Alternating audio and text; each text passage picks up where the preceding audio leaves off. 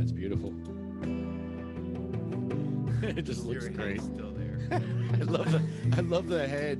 I'm leaving the head there. No, it fell and I put it back. It's hilarious. Because I love God so much, I'm snorting the 10 Commandments. I think that's just great.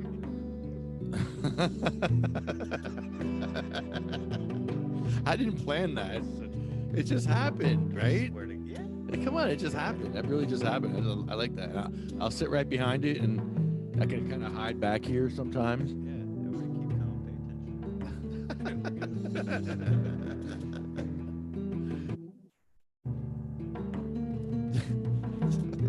We're always doing funny stuff. That's pretty funny. I love that. Actually, I always say I'm like my biggest fan of like our shit. Hold on, I can't hear you too well either. I gotta hear you. There you go. Oh, we live? Yeah. Oh, right on. Sorry. Okay, all right. I can't hear you unless you're... I'm a fan. I'm like the biggest fan of like our own comedy and activism and all that stuff. If I saw what we did, I crack. I know. We crack me up. I know. I don't know what's going on with other people, but like, No. dude, this is the funniest stuff. Yeah. It's so heavy and loaded and layered with all good energy, man. I'm telling you, all the people at work, I tell you all the time, all the people at work, they love what we're doing. And they all want to meet you. They're like, they ask questions about you all the time. Like, so, like, what's El Ramador's deal or whatever? What does he do during the day? Yeah. They're like, well, they actually, like, is he confined to the wheelchair? They want to, like, know questions. Oh, yeah. I showed everybody the article.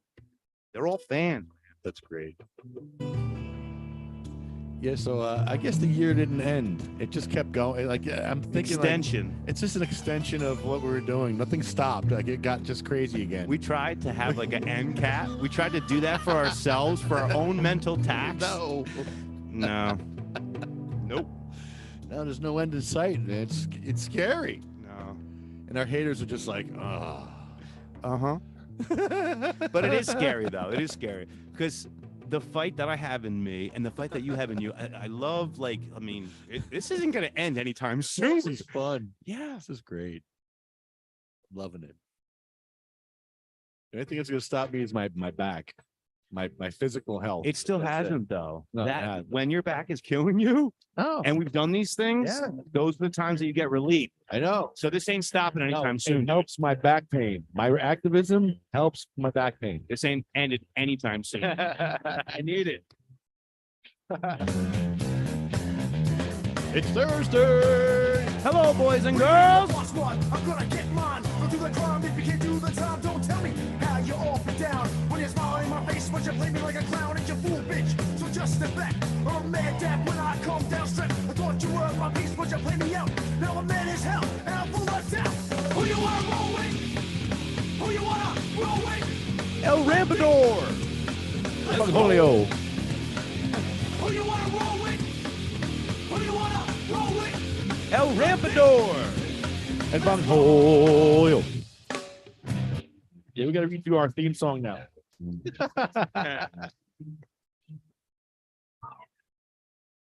Well, back on the scene, it's time to get lead, number lead, revolution machine. For what people say, they stay, they slay. For truth, day is good as any day. Y'all feel slightly this, let's resist. Raise your fist and walk like this. Promises, promises on the top. Cross the line, and you know it's right. Who you wanna roll with? Who you wanna roll with? Let's see. Let's go. Who you wanna roll with? Who you wanna roll with? Let's see. Let's go. And in the green corner, Bang Julio.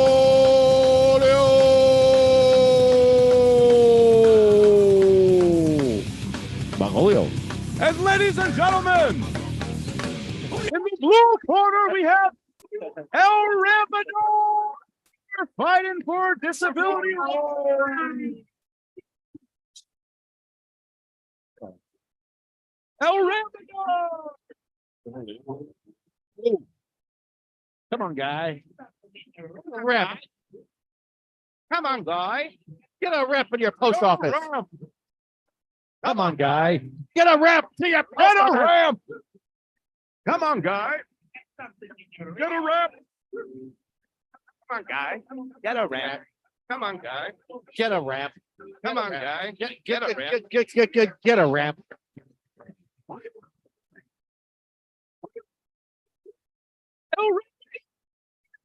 Bang Julio.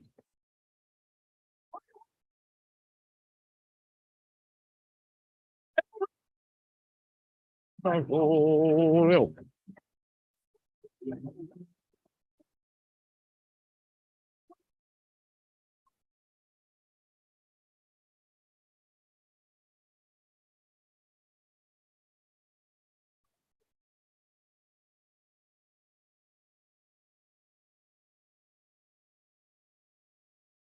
All right, boys and girls, welcome to not only the best podcast in New Jersey, but in the goddamn nation. We are here. Are you here? Let's do this. It's Thursday. Yeah.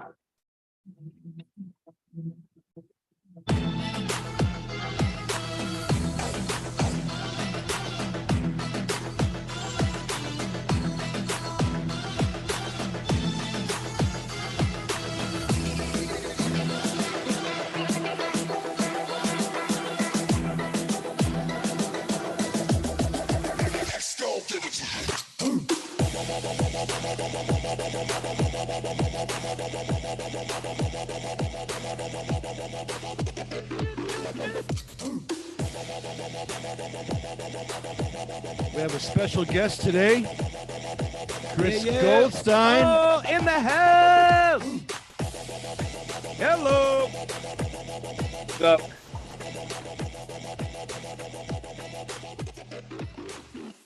How y'all doing? Hey, Chris. I love the set that you guys have. I really do. It makes me feel it's like Mr. Rogers' Neighborhood in Bayonne. You know, it's like Fred Rogers got stuck in New Jersey. Like all of a sudden he went from Pittsburgh and he got stuck in New Jersey and started smoking weed with you guys. So yeah, it's great. Well, I feel like go ahead. it is a beautiful neighborhood here in New Jersey, where we're at.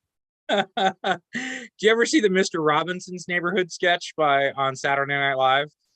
It sounds familiar. When he goes out the window. Yeah, Eddie Murphy used to do Mr. Robinson's Neighborhood, which sounds more like Bayonne, you know? He's like, this is how we answer the door of Mr. Robinson's Neighborhood. Who the fuck is it? Yeah. So so we're going to talk about the delayed CRC meeting, which I registered to speak now that it's virtual. And what you guys said that the new in-person CRC site wasn't so accessible, right?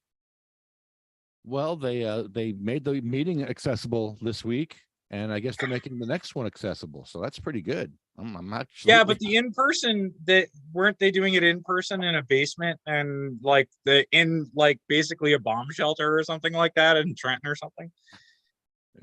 Yeah, it's accessible though. It's a small room, very small room. Is it? Okay, so it is a bomb shelter. Yeah, it's pretty small.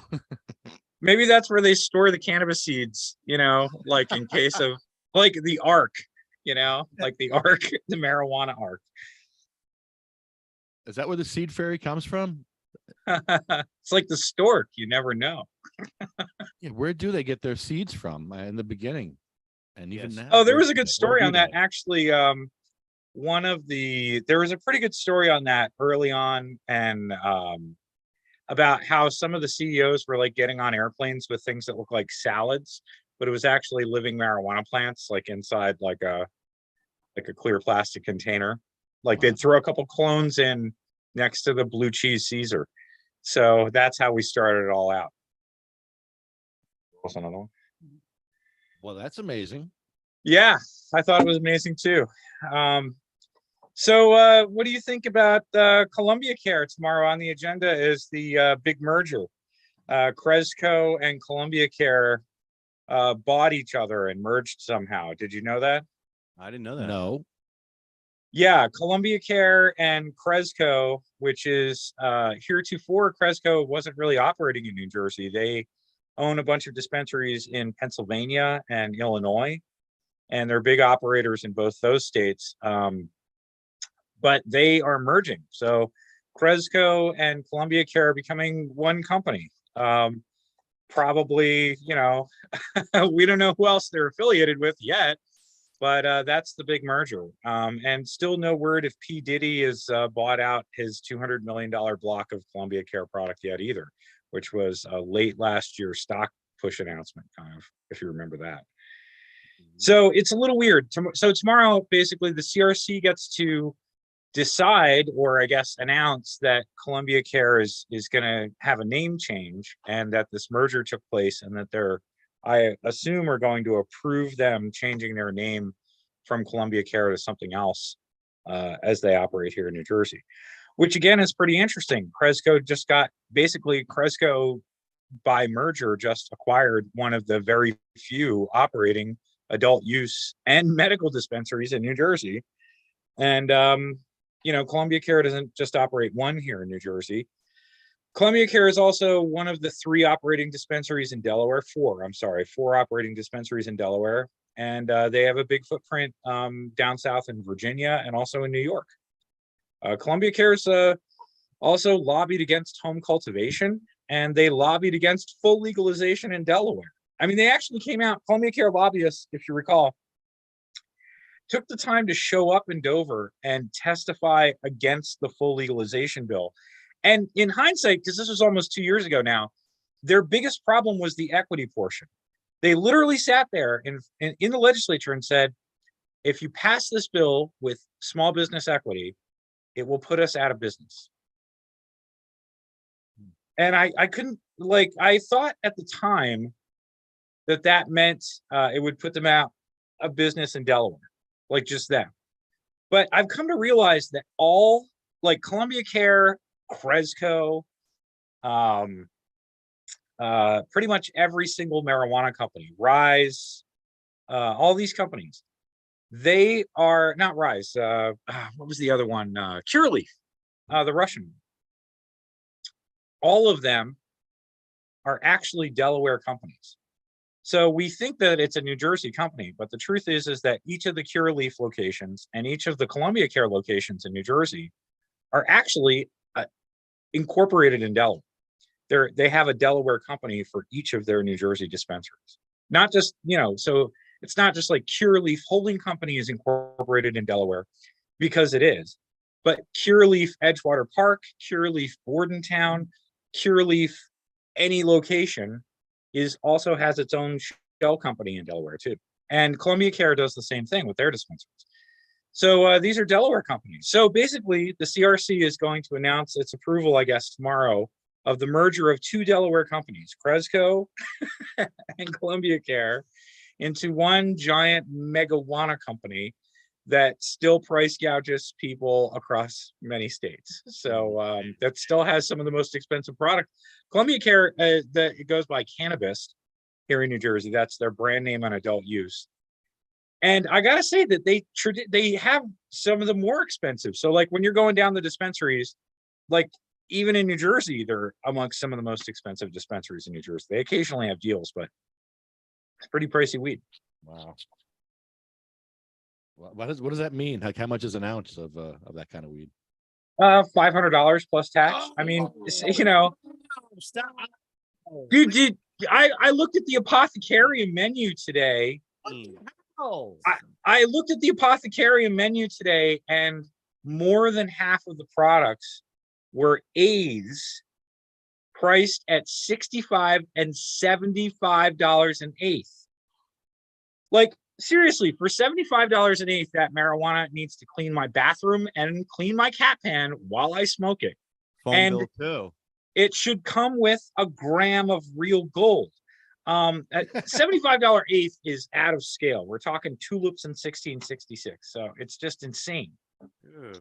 I don't know who can afford a $75 eighth other than total ballers. Like it's out of scale for me. But here's the crazy part. Okay. So I also looked at the menu today just on the medical side. And it was this time last year that I filed, you did too. We filed price gouging complaints against Curaleaf You did. because of their pricing between Maine and New Jersey, right? So a year later, I looked at prices today and they're exactly double still for medical patients. Curaleaf and Ellsworth advertises, you're going to love this. This is what they say. I want to bring up the pic. It says daily specials. Hold on. I'm going to bring up this picture. I want to get this right because it is pretty impressive. Like, because I wish we had it. If we had it here, I mean, if that Russian freaking backed company sold this kind of stuff here, they would seriously have lines down the street. Main specials. Here we go. Wow. Okay, here's what we got at Curaleaf in Maine.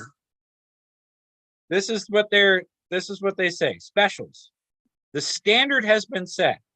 Everyday tested ounces for $75.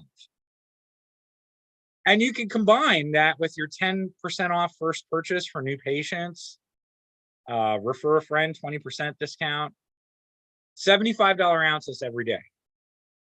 Curaleaf in New Jersey, the specials are $75 quarters. $80 for 7 grams, or mix and match 7 grams for $150 half ounce, exclamation point. That's what they say. So how, I mean, I don't understand. I mean, we're a year later. Curaleaf and these other companies said that they had a patient access plan that would make sure that patients were paying less after adult use. And the truth is that patients in New Jersey are paying more at the same dispensaries than they were a year ago, for the most part. I mean, the $150 half ounce is not a deal when they're selling it for $75 ounce in Maine. Now, again, Walgreens does not get to charge twice as much for everything in the store because the Walgreens is in New Jersey as opposed to Maine. I'm sure the real estate for a Walgreens in New Jersey is double what it is in Maine. I'm sure that all the regulatory stuff is double, but they don't get to charge double for the same products in Maine as they do in New Jersey. So I don't get these specials, man. I really, I think that and now we really have more evidence that Curaleaf is indeed a Russian-backed company. There are big questions to be asked as to why we let a Russian-backed company price gouge patients. It's tough. It's tough. So that's that's, to me, that's what's interesting on the agenda tomorrow is the Columbia Care change of names, and the approval of that merger with Cresco and their takeover of their Columbia Care dispensaries here in New Jersey, and the other conditional use license discussions that'll happen tomorrow. I mean, it'll be a pretty interesting meeting. Are you going to testify? No, I'm going to listen. How much was this great weed we're smoking right now? This amazing weed that. Yeah, this weed is absolutely amazing. It's like some of the best weed I've gotten all year. This is 175 an ounce from you know who. Yeah, That sounds right. Super, really good, all organic, fresh. Smells super fresh. Yeah. Smokes good. Amazing. And I mean, it really does the trick. Blows away dispensary weed. in Blows Jersey. away. Blows. Yeah, we haven't even gotten Blows into the away. quality discussion. Yeah, because for $65 and $75 an eighth, you'd think that it was like laboratory tested Like on the best. Starship Yeah. Enterprise, you know, that it was put through a tricorder. But I have big questions. One of the questions I'm going to ask the CRC tomorrow in public comment, I hope to get an answer, maybe, you know, in the email. I'm not sure what the laboratory testing regime is right now for adult use cannabis in New Jersey. It's a question. Do you guys know what the laboratory testing regime is for the medical cannabis? I do not. They take a quarter of it, right? About a quarter of it. I think it's annual batch testing. I think they still do. They basically, so they test a strain once a year, but that label gets to be used on that strain all year. So they could, you know, test, hypothetically, they test a sample of Blue Dream in January and use that same label on all the Blue Dream they grow all year for the same stuff. It's not tested again. Annual batch testing. That is what I'm aware that the testing is in New Jersey. And I'm not sure that there's any, or at least adequate testing for concentrates. Like, we've introduced concentrates into the medical marketplace in the last year in a big way, and people do love them, and they buy them up, and they inhale them up. But I don't know if it's very well lab tested. I mean, I'm not sure how many people care that much. As a consumer advocate, I care, but I just think if people are going to pay a premium, they ought to at least get a product that's gone through some serious lab testing. So. Well, at that price, yeah, it ought to come with bells and whistles and everything. And like I said, help pay your phone bill. I mean, damn. Yeah, I mean, 3.5 grams of marijuana for $75 plus a 10% tax. I mean, that's out the door at $80. And, you know, that's what, $600 ounce of marijuana? I mean, come on, guys. I mean, we're really at insane levels here. Now, people argue back. You're like, look, dude, those prices are not for people who smoke weed every day. It's for the casual consumer who occasionally wants to smoke some weed, which may be true. I mean, you know, if you're only going to spend $75 on marijuana all year on an eighth, maybe. But even then, back to the quality issue. Like, I've compared New Jersey adult use cannabis to saying, hey, we ended alcohol prohibition, but the liquor stores are only full. The only thing that you can get is $1,000 bottle of champagne. That's the only thing available in a liquor store. If you walked into the liquor store, every shelf was full of nothing but $1,000 bottles of champagne. Not necessarily that they're worth that much or that quality, but they're priced that, okay? It could be Gruet dry, and it's still $1,000 bottle of champagne. Hold on one second. I'll be right back. Hold. I'm putting the podcast on hold for 1 second. My head hurts. Yeah, that kind of price gouging is absurd. $500 an ounce? What? Oh God. And more and up. 500 and up. That's not a suitable price range for anyone. All right, I'm back. So I want to know more about these ethical rules that came out this year. I don't know anything about these rules that came out. What do these rules say this year?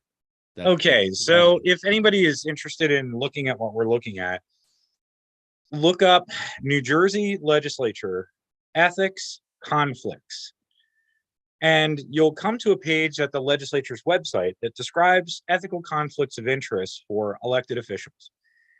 Now, there's two kinds of ethical conflicts. There's the kind that get you in trouble with the legislative committee, because there's an ethics committee of the legislature.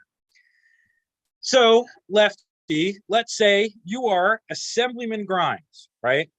And Assemblyman Grimes has decided to become a part owner of a casino.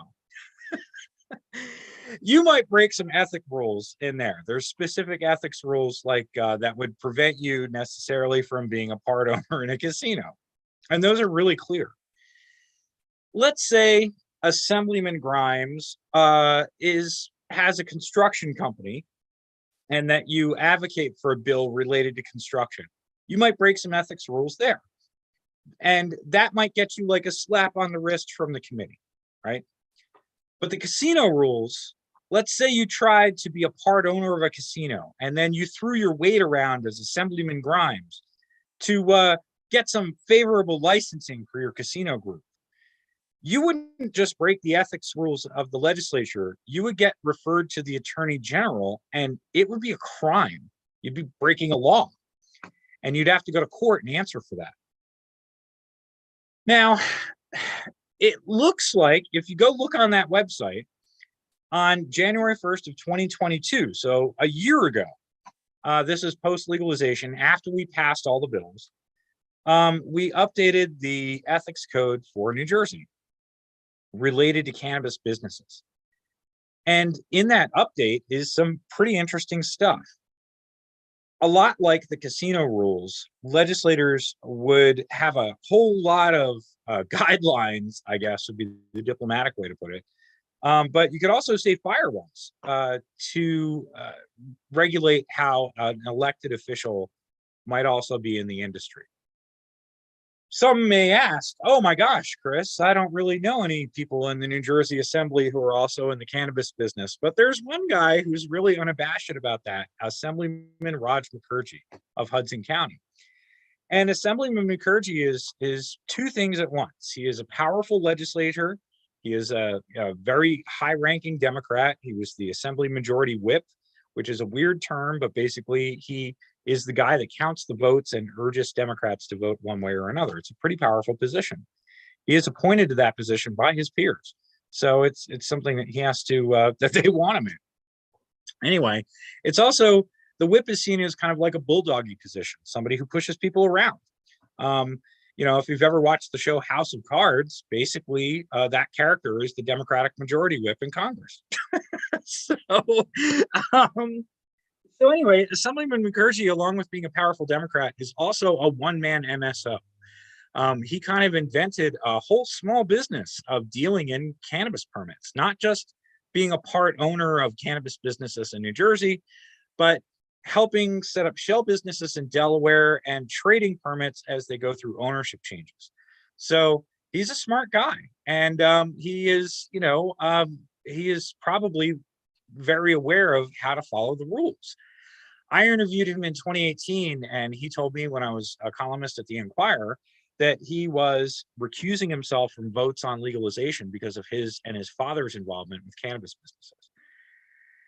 The question now is Assemblyman Mukherjee and a couple of other politicians, are they towing up real close? Are they kissing the line in the ethics rules related to cannabis? Because Assemblyman Mukherjee sort of acted a certain way and had all these businesses before legalization. And now after legalization, the ethics rules have changed. And I'm not sure if he's read all the ethics rules, to be honest. Then you come to Jersey City's Mayor Stephen Fulop, and you have to ask some ethics rules questions with him when it comes to marijuana and marijuana businesses. And finally is Senate President Nicholas Scutari. So, you know, just a few weeks before New Year's, like right before Christmas, Nick was on New Jersey television with David Cruz, and he did an interview. And Scutari is now like, he's boasting.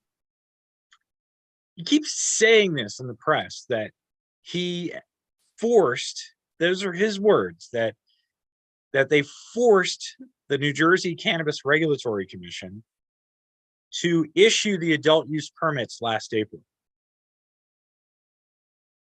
Now, on one hand, if it's true, if Senator Scutari somehow forced the hand of the CRC to issue those permits, if they were putting themselves on pause, if he influenced them in that way, it may well have very well broken those new ethics rules. And the weird part about ethics is that you don't have to have a financial relationship. So Senator Scutari doesn't have to have a financial relationship with these people in order to have broken the ethics rules. He just needs to have thrown his political power around in order to influence the CRC to issue anybody a permit. In this case, Scutari was going to bat for essentially the entire trade commission's worth of permits.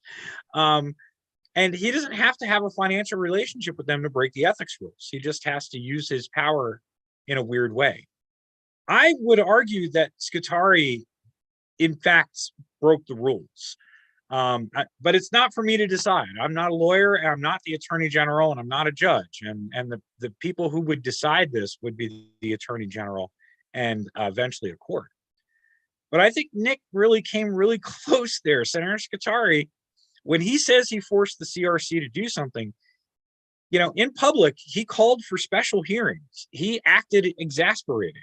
And when Senator Scutari had those special hearings, the CRC didn't show up. Like, do you remember that? Do you remember that the commissioners didn't show up for that? Yeah, he was asking where they were. Yeah, he's like, where are the commissioners? Did anybody invite them? Well, they didn't show up because they're a commission full of lawyers. I mean, Diana Wayne, who's a lawyer. I think everybody on the commission is probably, it's probably not true, but a lot of the people on the commission, the NJCRC, are indeed attorneys. I think that they knew that Nick was already outside his authority a bit by calling for the commission and doing what he did, because that might be seen in the ethics rules as throwing his weight around and breaking those rules just by doing exactly what he did.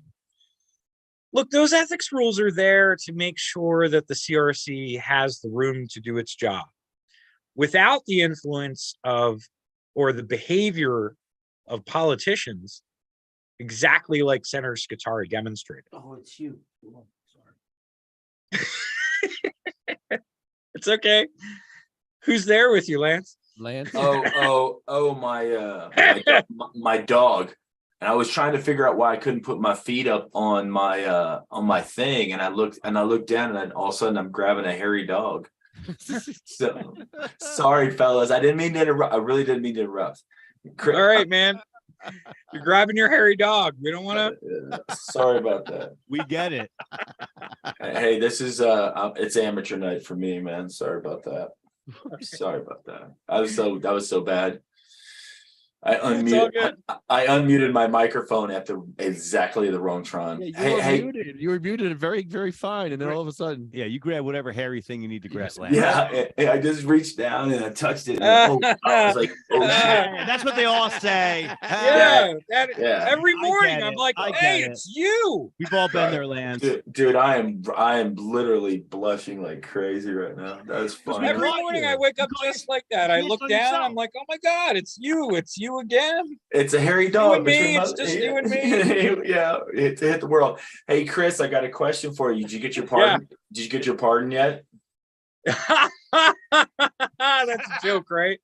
No, yeah, for sure. Hey, now guess what? Did we all hear the new news now? Joe Biden is now getting in trouble for having illegal documents now. So this is all the shoes on the other foot thing. So yeah. Man. I wish somebody would have found some marijuana with those classified documents. Documents, no shit. Huh?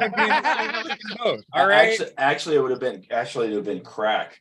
That'd be some, yeah. No, that was George Bush. Remember, that was when he bought the crack out in front of the White House, and he showed it off. That was Bush. The Bidens are much more hippie. I do expect them to have Secret Service go out and score them some weed to smoke at the Rehoboth Beach. Right, but they're finding out. They're finding out that Hunter Biden's address on his driver's license is the same place where those documents were stored. Really? Yeah. I've been hearing some pretty crazy stuff about that stuff. I've been following it today, and all I could think about is like, dude, and ask Lefty, I was like, oh, I got to get on with the guys tonight. I was like, what's weird? I will say, so to answer your question, there is a website. They set up a website at the Department of Justice when the president announced, there's two sides to this. Technically, when the president said, you have a pardon, I have a pardon. Okay. But even though the president declared that everybody who has marijuana possession federally has a pardon, it technically takes having a certificate. It's called a presidential pardon certificate. Yeah, you have to apply for it, don't you? Well, so there was a question about that, but the Department of Justice finally said there will be an application, but it's not available yet. So they put that up. Gosh, I think it was October. It was October when this was announced, right? Yeah. October I think 6th. 6th. Yeah, it was right around my birthday. October 6th, the pardon was announced. It was like exactly a month before Election Day. And I thought the quid pro quo was that I'd have my pardon by Election Day. I thought that would be, no, seriously, I thought, wow, they would have never said this unless they had some plan to get the certificates out, like some way to pump them out, right? And then what you from the start, Lance, didn't it? And it did. And what did I say? What did I say, guys? It was like, that is horse shit. You ain't going to get your pardon. Good luck. Might as well not hold your breath, because if you do, you're going to die. Look, I'm going to print one out myself, because like I said, I'm going to make my own, and then you're going to go down like and get legally, the announcement of the pardon is good enough. Legally, the announcement, I mean, that's true. Make your own presidential seal while you're at it for yourself. Why not? And then make your own I'm going to presidential print it for seal myself, and I'm just going to carry it around with me in my wallet, when I go to the borders. Hey, you know what? Hey, you know what? They don't ever do research on paperwork like that. So you could really, if you're really good at document creation. Oh, no. I think it'll be fun to try, but I mean, I might go try and walk over the bridge in Niagara Falls if I was like bored one day up in New York. But I mean, if I was going to take my family on a trip somewhere, and really like, expect to like, I don't know, like go to Guatemala or something like that, and come back. Well, no, I mean, at some point, let's just stay in the lower 48 and do what we got to do here, because I want to go to Guatemala. I want to go to Costa Rica. I want to go to these places. Hey, go take a boat. Just get on a boat and smoke. Oh, no, I sail. So believe me, yeah. I mean, the option is that you have to stay 3 miles offshore, but you can't, I mean, really, you got to be in some sort of like completely bug out vehicle. Yeah. To not come in within 3 miles of some island somewhere. Yeah, somewhere. And have to land and hit a customs authority. So it's really, it's really hit or miss. I want the pardon. So in answer to the question is, no, they haven't issued the pardon certificates. I have actually filed an official, if you have a federal problem, you file a case with with a caseworker at your senator or congressperson's office. So I filed an official case with Cory Booker's office about, when they would have the at least the application. You know what I mean? Yeah, give me the opportunity for the pardon at this point. Give me the opportunity, and if you don't ever give me the opportunity, it's just hot air. I think that this comes to the argument of automatic expungement, though. Like on a level, should like making people apply, announcing a pardon and then making people apply is what Pennsylvania did. This is something that we had a lot of experience with this year. Right. So right before the president announced this, it was sort of modeled after what Governor Wolf did in Pennsylvania. Wolf and Fetterman announced that they were going to pardon marijuana possession offenses in Pennsylvania. And they made this big announcement. It was a good idea. It was a 30-day window. But the problem was, just like the president's pardon, it's a very narrow parameter. To qualify, you have to lead. In Pennsylvania, to qualify, the only thing on your record, I'm not kidding, it was like the narrowest provision. In order to qualify for the executive pardon for marijuana, the only thing on your record ever had to be the marijuana possession offense. Other than that, you had to have led a police-free life. Hey, sounds in order good. To qualify, which is like impossible. No, actually sounds good. Sounds good, man. Only 2 things on my record: my misdemeanor out of the state of Arizona, and my felony out of the state of New Mexico. But they are not federal. They're not federal. They're state cases. So that is something that I have not gotten in trouble for anything else like that. So it's possible to not get in trouble, but they may only say you have to have only 1 offense. I have 2 offenses. Yeah, you have to have. Pennsylvania said, okay. So in the federal one, like the one that I might qualify for, right? And by the way, other than traffic violations, my federal marijuana crime, is the only thing on my record. And I was awesome. Specifically, and the weird thing, you should be proud of yourself, man. I haven't led a police-free life. I just haven't gotten convicted of anything else, thank God. So, yeah, right. Hey, that's the one I was going for. I was going for the trifecta. I was going for the state, and I was going for the one in Arizona. They both the misdemeanor and the felony. I was going for the federal one, but never got busted. So don't go for that. That doesn't. I'm not. Oh no.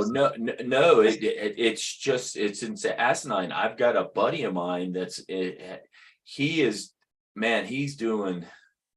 I think he's ended up he's not going to get out until 2025 now. He's got a federal case out of Texas, and then he's in a work camp in Louisiana.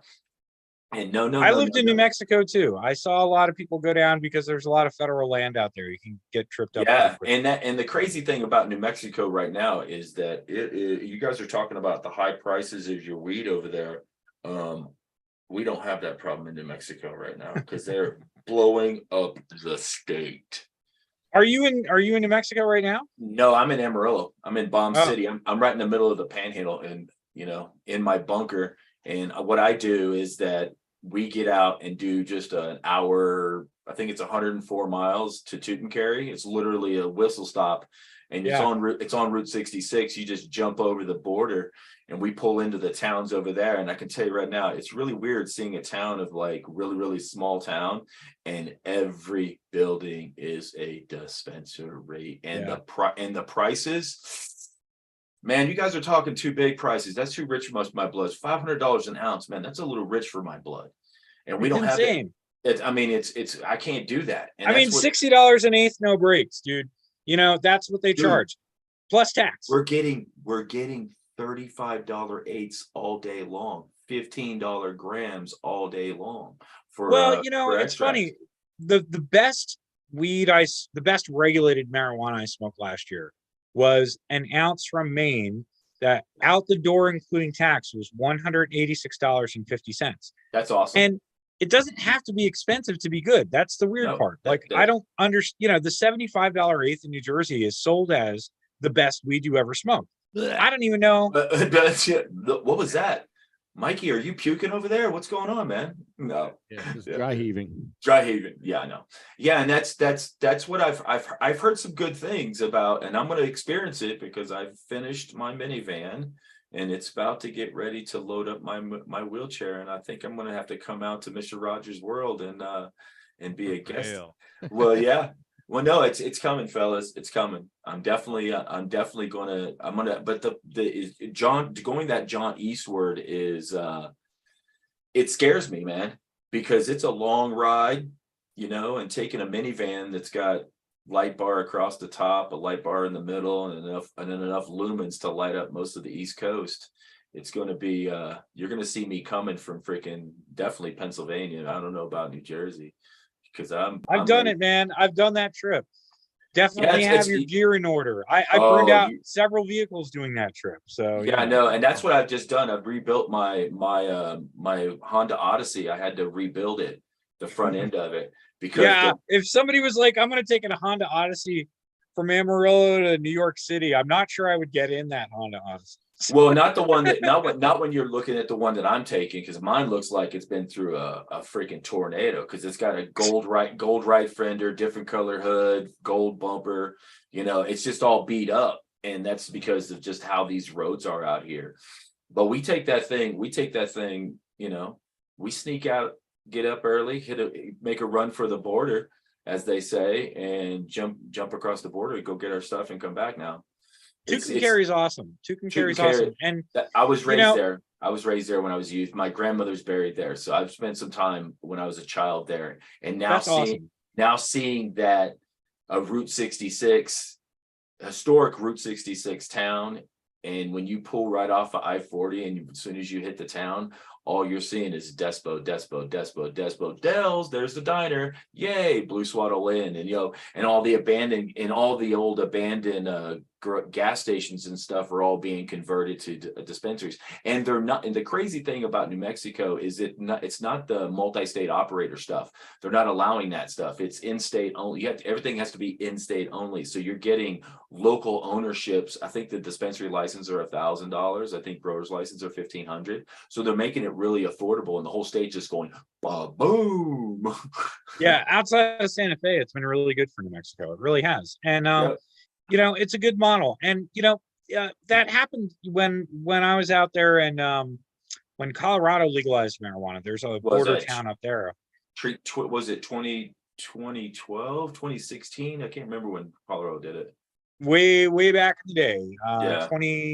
2012, I think. And there's a town called Trinidad, Colorado, which is Yeah. right over the Colorado New Right Mexico across the border. border. Now the And crazy thing is, it's that town's blown up, and it did it's blow so up. cool now. Like that's so Tucumcari and Trinidad, all these towns that were really kind of on the margin of Yeah. staying in existence, really 15, Now they're 20 years ago. Yeah, now they're They've seen a blowing major resurgence. resurgence. So And that's the crazy thing you're going to see, because Trinidad, right across that border, over the pass, which is called the Raton Pass, is a town called Raton. Yeah. Oh, yeah. And Raton, it's now, because it's in New Mexico, it's having the same effect on Raton.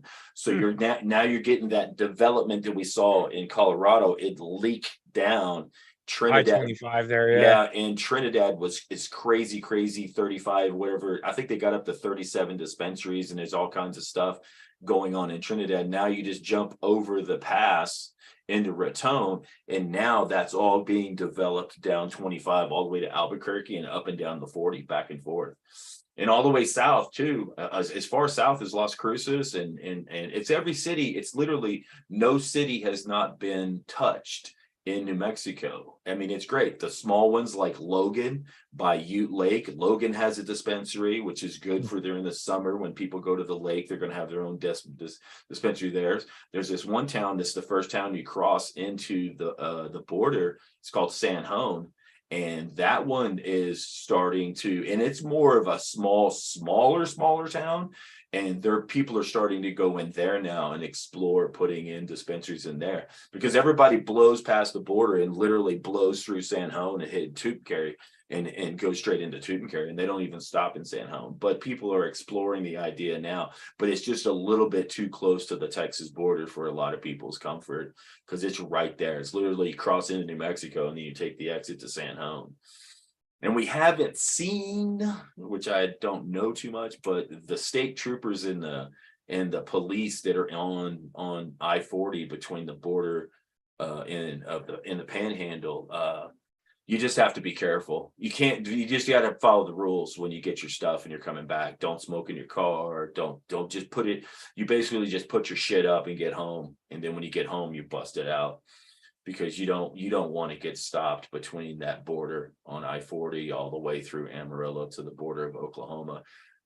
It's funny. I mean, that area, even compared to here, though. I mean, I lived in New Mexico for 10 years. I lived in Santa Fe, and beautiful town. I did, and I was on public radio, so I got to see a lot of the state and a lot of the whole region in doing that. But even compared to here, even in those, like, even when you go down I-25 and hit border patrol crossings and stuff, right? It does not compare to the police presence of the average intersection in Bayonne, New Jersey. Oh my God! Oh my God! That's true. I mean, it's like you come to New Jersey, seriously. Like when I was in New Mexico, I'd come back, for like a family event, and I'd go up. I'd be in New Jersey, or I'd go into Philly, especially, and I'd feel like it was one of those scenes out of like a dystopian future movie where there's like a soldier on every corner. You know what I mean? Man, a Blade Runner look to things. And for me, being in a wheelchair, having to have the accessibility issue, I'm going to have to hang out with Lefty and Mikey, because we're going to have to obviously be hauling around our own ramps.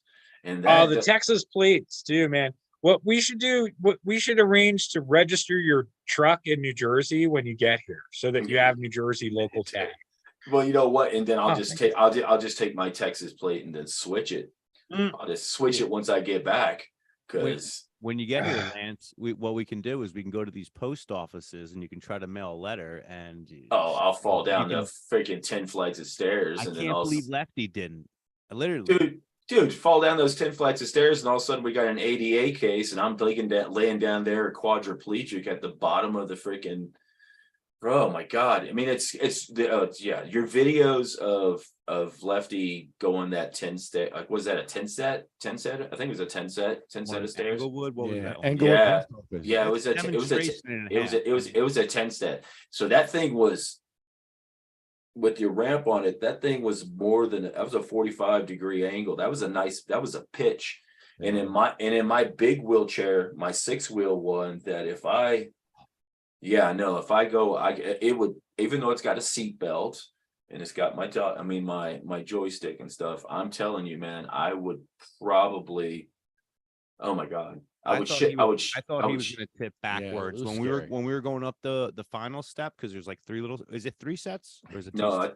it was, Too I huge, think it was, too- I too think it was too Yeah, huge. I'd say, yeah, it was huge. It was Yeah. it was a big set, and you had to have your ramp was doubled. Yeah, So, the last one right before the door, I thought he was going to fall backwards. oh my God. No, it scares me when I see that stuff. And Lefty, you're just being a stunt man. I mean, you need to go get your IMDb stuntman card, because it's Hey, just I admire the hell out of the fact that he's willing to get injured like that, because he's giving it his best. We Yeah. got a ramp set up. We're going for it. We went for it. He's going for entry into this post office. yeah, and they're We're not giving gonna it our stop. best and hoping yeah. for the best. Yeah, and that's the whole idea behind this whole, a step is a wall movement stuff. This is the reason why we're trying to show this to people and let them see how outrageous it is. I mean, it's outrageous, man. And here we are. When was 88 passed? When was 88 passed? In the 90s? 90s. Yeah, in the 90s. And here we are, 2023, and we're still having this discussion about whether patients can have access to just public places. It's spaces they're supposed to have access to. And it's getting to a point where, Lefty knows and Mike knows well, my girlfriend is from Bayonne, New Jersey. This was her old stomping grounds. And she talks all the time about wanting to go back and visit her mom, go back and visit her sister, go back and visit these people. But whenever I get serious about putting a trip together, she backs off and says, oh, no. I'm not, I don't, no, we're not going there. No. Because it's too dangerous for you, Lance. You're not going to be able to do this. You're not going to be able to do that. We're not going to get you on the way. We're going to, it's all, so it's absolutely, it's absolutely insane how New Jersey. Those guys will help you in Bayonne. They will protect you. They will protect you in Bayonne. Yeah, I'm protect coming you to in Bayonne. Bayonne. I'm coming to Bayonne for sure. But you can't go anywhere else. You're limited to Bayonne. That's only. it. So Mr. Smith, that's it. That's Yeah. it. I That's Inglewood, it. no. I got your 6 all day on the Yeah. ramp. Yeah, right. No shit. So it's definitely it's this Captain Insano, man. That's how I look at it when you're doing that stuff. Well, And those then- ladies, they lied on us. Yeah, They yeah. actually lied, and it was That- ridiculous. That's been one of the most fantastical elements of all of the activism that we do with the wheelchair stuff. When you confront people who well, in this instance at Englewood, these were people Right. from the post office who just flat out lied. Yeah. There's 3 Well, people the that post all office- lied. Yeah, the thing about the post office that most people don't understand, it's a private company that's under contract by the federal government. They don't have to let you in. They can have all of these things, even though they do a lot of work for the federal government. And I They're will tell- USPS, they're a private corporation. without a doubt, me and Let's been doing this for a while. The energy and the activity around the way the cop showed up and how it was handled was very different from the post office encounter than any other thing we've ever been involved in. And they're It's so both and at that point, for them to get that intimidating, to be that and try to intimidating. Are you kidding me? You're trying to intimidate somebody in a wheelchair, and all they're trying to do is to go in and mail a letter or go in and do something. That to me showed they did intimidate us, and absolutely they did, a because false police report. they filed a false police report, right? And the video shows that they lied. And the fact that at the end of the video, the officer says to the girls behind the counter, I'm telling these guys they're not allowed to come back here unless they're conducting some formal business or something like that. We were there. buying stamp. Buying stamp. So that's a this guy, fiscal. he Yeah. strong-armed his leverage as an officer in the town where he's saying we're not allowed to go back to the post office. Now, not only is that intimidating, but now I'm like asking Lefty, are we allowed to go back? Yeah, Can we go back? Like, are we allowed That- to? I don't know. Maybe not dressed as Bongholio. I mean, I'm pretty sure it's gonna be hard. But why? That's discrimination. Yeah. That's my It First is. Amendment right. That's my what I'm saying. Second That's Amendment, what freedom of that- expression. exactly. And So everything that's where we did need legal to. and sound. That's your coat. That's my coat. Yep. That's right. And what are we hiding? What are we really hiding? Why do you not want to be on film? Why are you lying? Exactly. they're So lying. this is where you got to get these lawyers out, and we got to start hitting them with the ADAs, and we got to start hitting them with these things, because the only thing that makes those things open up, and the only thing listening, is being served. They're going to intimidate us. We got to intimidate them back, and So that's have you guys thought about, I meant to mention this to you guys. Have you thought about creating a legal defense fund for your activism? we're probably going. Hey, we might need that. Yeah. Well, and then that Yeah. way, when you get into these, I mentioned this, I think Lefty, I talked to you about this before about getting a lawyer, but you could just get one by paying for one. I mean, you could Yeah. go buy a fucking lawyer, and that might be the best way to do it. Go buy the most successful, annoying municipal attorney that you can find in that area. The guy or gal who has won every Better slip call and s- fall on the Is there steps of the is there courthouse case. is Better Call Sal in Bayonne somewhere? We can get Yeah, there you go. We, It's gonna be. we need a I'll tell you- Sal I'll tell you, Goodman. you know what I want to do, and I haven't. It will run be this by- Sal in New Jersey instead of Saul. I, It'll be I, the haven't- Jersey. I haven't run this by anybody. It'll I be wanted- Better Call Sal. That'll be the Jersey City version right there. Yeah, we wanted need. to, I wanted to mention this to you, Lefty, but like this is like something that's been playing over and over in my head, right? So in South Amboy, the town that I live in, post office and the police station both don't have wheelchair access. I've been Yeah. to this town, I mean, numerous times, council meetings over and over. Pathetic. I lived in this town for over 3 years now. Just missed the last election. I have time, I have energy if it's something worth my energy. And I like to be, town related. I like to be involved in the community. You know that. South Amboy, the way they operate, I could absolutely get on that council. There's no doubt in my mind. Oh. It'll be 2 years till the next election, right? This is my town. We tried to work with them over and over. We spoke to them, right? They don't want nothing to do with any of this, nothing like that. Well, this is the thing. Maybe I won't win, but one thing I will do is I will stir stuff up. I will be somewhat of a thorn in their side, much more of a thorn in their side where they might, bottom line is I want to take whatever council seat is available. Can you run as Bongholio? I want to. And I'll be your And this is the thing. I'll be your buddy, And- like helping you the whole time as absolutely. Rampador. And my plan is Oh. this. My plan is this, Lefty. Oh. I want to get elected and then get arrested. Oh. I want to get elected and arrested. Oh, in that order. Yes. I want to go and Oh. we can do what we're doing, right? And get attention. I'm never gonna tell any cop I'm a councilman until I get arrested, and then it gets into the paper and we can bring some more attention Oh. to these causes that are so near and dear to our heart. So, Oh. and even if I don't win, I will stir some stuff up. And Yeah. I'm involved anyway. I'm involved in the community. This is So great. this Let's is do this that. is something I want to do Let's for do sure. that. Yeah, All right. absolutely. So I'm looking at the election results for Middlesex County and South Amboy. Trying to see how many votes it'll take for you to win. Well, the thing Right. is this, Chris, man, I got time, I got energy. I'll go door to door. I'll do what Yeah. we're supposed to do. Yeah, I have that time, I have that energy. I will. I Well, will then, put all people right, in here we go. face. Hold I will put all that on. because Let's see. I'll do it. And the thing Middlesex is this, County man, if Board a of truck driver could beat Steve Sweeney Commissioners. on $180. I could certainly get in South Amboy's council when no one even fights for these seats. No one even fights for these seats too. Oh, they fight for the seats. Well, I They think a fight for council the member, I seats. think a council member won without any All opposition. right, here we go. South Amboy City Council at large. It takes 1,500 votes to win. It looks like it takes about 1,500 votes to win. Campaign You as got to get Bongholio. 1,500 people. I will. I don't even know what to say right Because now. listen, I it's don't it's even know what going to against say. the grain of everything else. Everybody Oh. everyone's sick of government. Oh. They're disgusted with it. I- They're I- ready to, my heart. this I is- definitely think that you need to hire a lawyer if you're going to run for the South Amboy City Council and try and win. well, I want It'll to, take I've you been thinking 1,500 about it, and votes. Okay. And this is the talk that I give to people who want to do what you're doing. All right. First of all, you could win. What are you going to do with that seat? Are you going to throw away that responsibility? Are you really going to be the South Amboy City Council? okay, I'm going to be 100% honest with you, right? Now, me doing this, right? basically, I don't even know why I'm compelled to do it. I can't really necessarily answer that or break that down to you, but it is it is something that I can appropriate for something that would make sense for me. Running. You mean Uh, running? No, When you not talk only about running. no, not just running.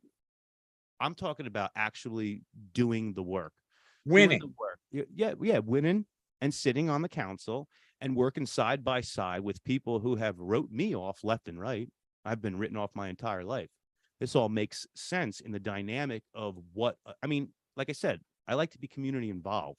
I would very much like to do the work that they're not doing. You have to be ready for. So there's another thing. 2 terms to prove yourself, right? So you would be joining a city council of seasoned politicians, people who have been around more than 1 term, right? And in your first term, they can use their collective power to shut you out, to vote you out, to not even invite you into committee meetings, right? they will, You'd have and they no will. appointments. You'd be the junior councilor. So you have to wait out your entire first term and use it as a good publicity and be nice, and then win a second term to prove that you're there to stick, and then they'll take you seriously. So 2 terms to prove. So you have to be in it. You have to be in these things for, like, if you want to do the things, and you have the acumen to be a good city councilor. All right. Like, it would be something that you would be good at, and the town would benefit from having you as a city councilor if you're committed to more than 1 term. Yeah, Yeah. that's the key. That is totally, Chris, you're exactly right. You need to, first of all, you guys have already caused such a stink, we may not even get you in there the first term. But you get in your first term, you're a model councilman for the first term. Then when you get elected for your second term and you're an incumbent, Then get arrested. yeah, of course. Yeah. That's probably- I have ideas. but I have Mi- ideas, but- and but I Mike- love the but advice, Mike- and it's all good. But Mike, you're right. You need to bring your angle of compassion and all that stuff and doing all the good things that the other council members aren't even thinking about doing.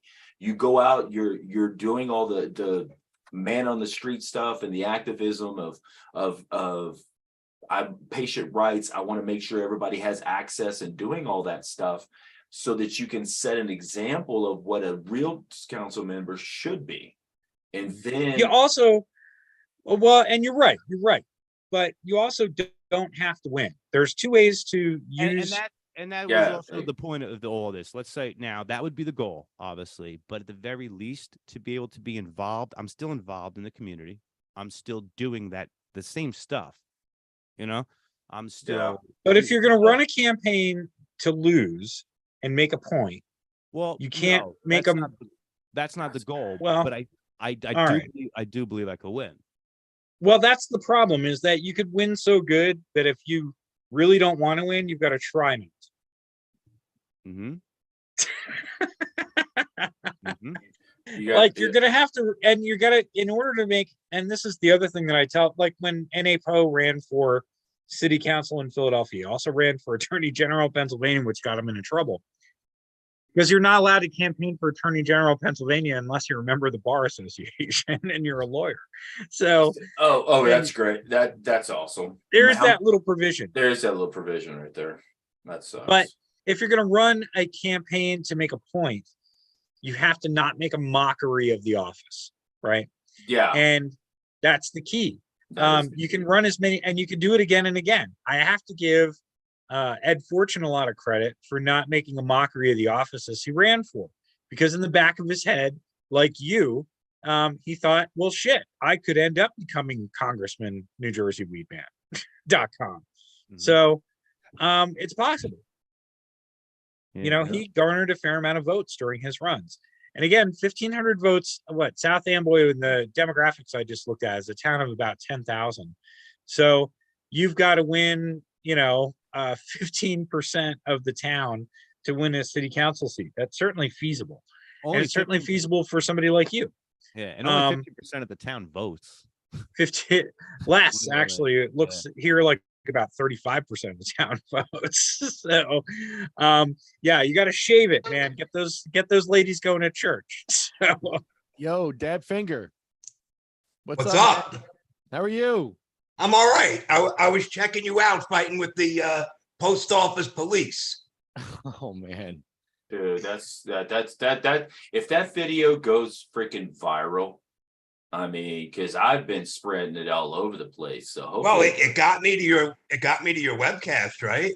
yeah, Look at it right. like that. I would have never found this but for that. Yeah. So it's all connected. But the bad news is when the feds write a law, they exempt themselves. Motherfuckers.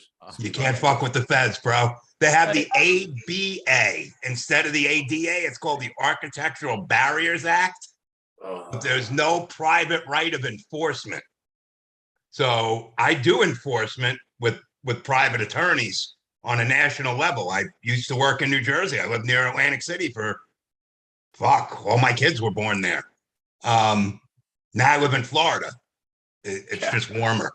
Yeah. You know? Yeah. That's a good call. That's a good call. Well, that's just, welcome to the party. Me and Chris have been going back and forth, and Mike as well. Lefty is Lefty. Are they actually gonna doing- get rolling. Any other guys got any other questions before I go? Thanks, Chris. You dropped the bomb on Scutari today. I think we'll see where that goes. I have been slowly writing an op-ed that I'm going to submit next week on this one. And again, it's not just Scutari. Scutari, I think he is the most public one who's making kind of like the goofiest run at the ethical line. Assemblyman Mukherjee's coming close. So is Jersey City Mayor Steve Pullup. And I think a bunch more. I think that any elected official would do well to read the updated ethics conflicts related to cannabis businesses in New Jersey. I think a lot of them are acting like they haven't read the rules. And I'm not sure that Senator Scutari or Assemblyman Mukherjee or Mayor Fulop, I'm not sure that they'd be acting the way that they would if they would have actually read the rules. So it'll be interesting to see how. Well, we'll just have to see how it plays out because it's an ongoing process right now. It's not something that's like most people think once legalization happens or anything happens that all the work stops. No, that's actually when the work begins because you've got to continue keeping their feet to the fire and continue to do this stuff because if we don't keep them accountable for their actions, they're just going to go around and do some scandalous stuff. And we're going to have to just keep an eye on them. Senator Scutari is one of these cats that let me put it this way. I think it's hilarious and hilarious spelled HIGHLARIOUS. Hilarious. I think it's hilarious that we're talking about Senator Scutari, even the possibility of Senator Scutari literally breaking the law and going to court over an ethics rule related to cannabis that he somehow brought about himself. I think it's irony, poetic, really. So, yeah, Well, with that. Is New Jersey a recreational state now? What's up with that? Yeah. Only if you can afford it. So if you're a baller, it's a recreational state at $75 an eighth. Yeah, that's right. So if you don't have a jar from a rip-off dispensary, they'll arrest you for having it in a baggie? Is that what you're saying? No. Okay. Good news. We didn't just pass a legalization bill. We passed a really kind of progressive decriminalization bill that actually applies to all ages.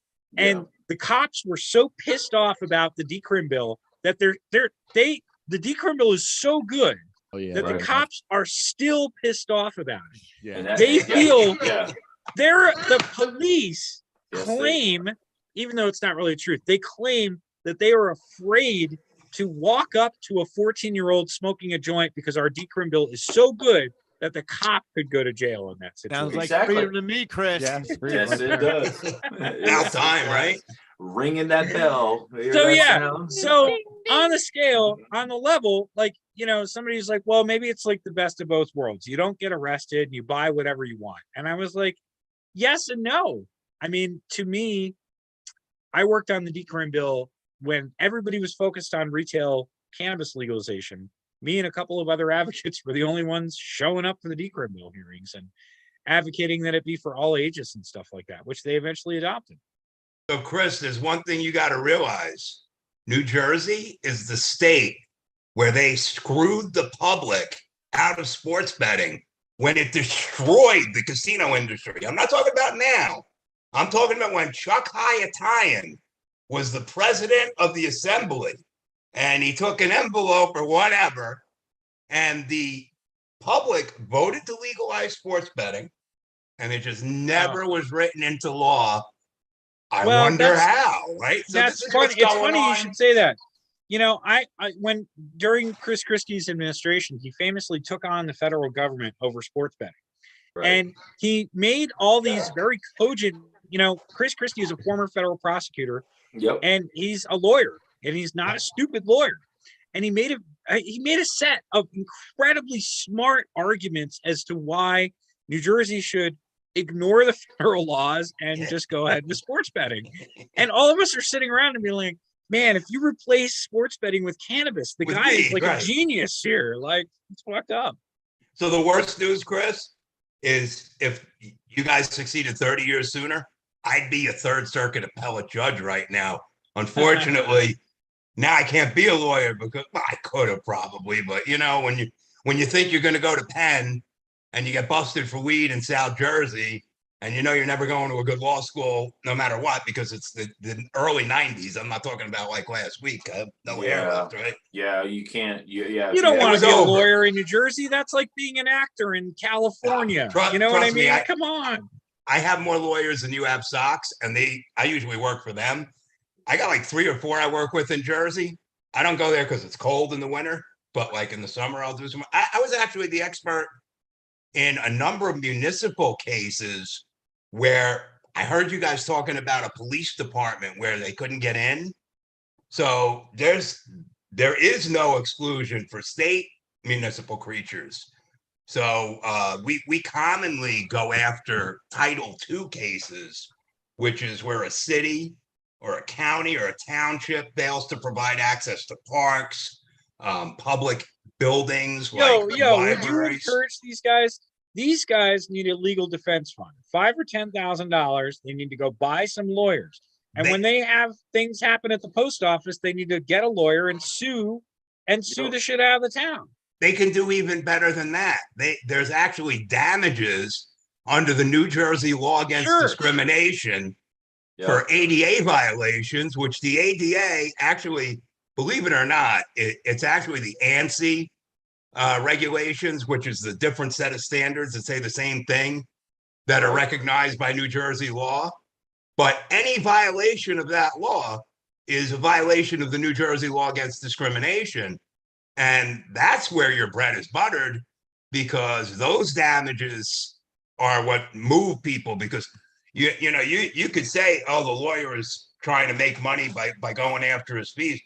You can't fight when there's damages. The court's going to award you those damages because it already happened. You went there. You couldn't use the facilities. I give you a famous case. These guys need lawyers. All right. They're you guys, in the realm of activism that you're doing police encounters, you're doing encounters with these places. You need to follow up your activism with a lawsuit. You need a lawyer that you're working with. I can't believe that. Hey, Lefty, we are recording this, right? Because what Chris is saying is absolutely correct. I can't believe you guys don't have armor. I mean, I'm shocked. That's what Bongholio is. Except for a legal defense, we really haven't talked about Bongholio that. Is. We have lawyers are armed. A legal defense fund. So Mikey's Bongholio is bulletproof. You guys didn't know that? We made Yeah, he needs a law degree. Bongholio needs a law degree. That's the armor you need. Absolutely. No, and honestly, Chris, I love your advice with the second term idea. But the truth about it is, if I could get it on the one term, I'm going hard. I'm going pedal to the metal, dialed up 10. I'm doing what I want. No one's going to stop me. I got ideas, and I'm going to do it. Hallelujah. Amen. Bro. Well, now it's time to it's time to form the 501c4, which is your political Well, or action C3. committee. So Yeah, 501c4. That's. I mean, God, Chris, you're so right. Or you could do a 501c3 as a local advocacy group and then They just already not are. be political. They already you are No, a they are. 501c3. Yeah, they already no, 501c3. Okay, they well- have to do they have to do the C4 so they can funnel themselves money. Right, you the can't traditional, give C3 money. Right. No, 100%. They have to do it 100%. they have to do Matt Gates style. You know what I You're mean? right. So- Exactly. Hey, well, guys, I Government- gotta get going. Later, It's Chris. been fun as always. good job. Nice Thank seeing you you, again, Chris. Have a hold great up, day. Chris, Peace, brother. before you sign off or whatever, Yeah. three questions Yeah. real quick. What was the first time that you ever smoked weed? How old were you? I was 15. 15. What's your favorite munchie food? Oh, my favorite munchie food? Organic gummy bears. The Black Forest organic gummy bears. Wow, those are good. All right. Now this is the Yeah. most important question. okay. All right. Now, give some advice, just somebody who may be listening, like advice that you would give someone who is kind of like having a bad day, down on their luck or whatever. Just some life advice, like a gem. Leave us with a gem, Chris. I'll tell you what I learned this year or last year in breaking my leg is that you can adapt and learn how to live with pain in an instant, a huge level of pain. You can adapt and learn. So to me, I'm trying to teach myself how to adapt and learn with a huge level of happiness, just as much as pain. Right. So there's a lot of opportunities. You can adapt your whole life to happiness, like in a second, just like you could break your fucking leg and have a whole lot of pain in a second too. Yep. So that's my advice for anybody down on their luck. Just look That's a at good my one. X-ray. Yeah. Right on, man. I like that. That's cool. I like that. Thanks, Thank Chris. you, Chris. All right. Have a good Yep. night. Thank you. Have a good one. You too, buddy. Good night. Nice. Peace. Dude, we are having so much fun. They left Hey, a bit more slack here. Hey, look what I got, guys. Wake and bake. Nice. Coffee It's a- bomb. It's a coffee bomb. Nice. There you go. That Yeah. Wake and Bake Coffee Company. I have the quality bomb. Oh, that's nice. No, I'm actually that's what we did over Thanksgiving. That's why I haven't really been around that much, guys. Yeah, I was gonna say, how was your break? I mean, the Thanksgiving, Christmas. I had to. How you been? Yeah. Well, my son, the one that lives in Kauai, decided he wanted to leave a beautiful island out in the middle of the Pacific Crazy. and come and hang out with me. And it got cold here for Thanksgiving, so we surprised my Bayonne, New Jersey girlfriend because she absolutely loves my son Hoven, whatever we call him. Joe, his name is Javon. We call him Hoven, and we smuggled him into town secretly, and then that's awesome. Nice. Oh yeah. And then we surprised her. Oh, and she was actually preparing to she had actually just gotten back from the store with the turkey and all that stuff, or the ham and turkey and all that stuff. And she comes in the store with all the groceries and gets it onto the counter and turns around and goes to the sink. And then my son comes running out of the studio and she's like, "What the fuck?" I mean, it's the first words out of her mouth. "What the fuck? How did you guys do this?" It just instantly saw her started bawling, and it was a tearjerker. So started out with Thanksgiving, it was beautiful, and then from there we rolled it into Christmas, and Christmas was just kind of, chill, and then of course New Year's, another amateur night. I wanted to chill on New Year's as well, but we stayed out of trouble and nobody got arrested, and everybody made it home nice and safe. And now he's out in Kauai. I don't know if everybody's seen the pictures of all the swells that have been beating up California like a redheaded stepchild. I was just in Maui. Yeah, and so my son is out in Kauai, and he's a foil boarder and long boarder and surfing, and so It's awesome. and he's hitting the swells out in Kauai right now. I just think that's what I was looking at. He just texted me. Do you visit him there at all? I am planning to, but I'm going to turn you on to something really cool. What's Check that? this out. You have a medical card in New Jersey, don't you? No. I'm not in New Jersey. I'm in. Oh, where are Texas. you? I'm in Oh, Texas. nice. I'm in So, Texas. Is there even a medical law? I won't enter the state of Texas. Well, no, the state of Texas is believe it or not, a medical marijuana state, a medicinal Finally. state. They deal with our medical marijuana can't be any more than 1% THC. Oh no, that's a hemp state. That's not a weed state. That's a hemp state. Exactly. I have a hemp farm. I can tell But you. exactly. Depositories only. 1%. Yeah, exactly. 1%. And our license, get this, guys, our license costs $300 a year for 12 months. To get CBD. To get Yeah. CBD. Now, I don't know. Why do I need a license whenever I can go right down the road and go 100 miles down the road and I can get full spectrum 99.99%, either extracts. I can get full spectrum just down the road. Why do I do their medical license? No, I understand. I know it's a risk, but I'm willing to take that risk. Well, it used to be, Texas used to be like the worst.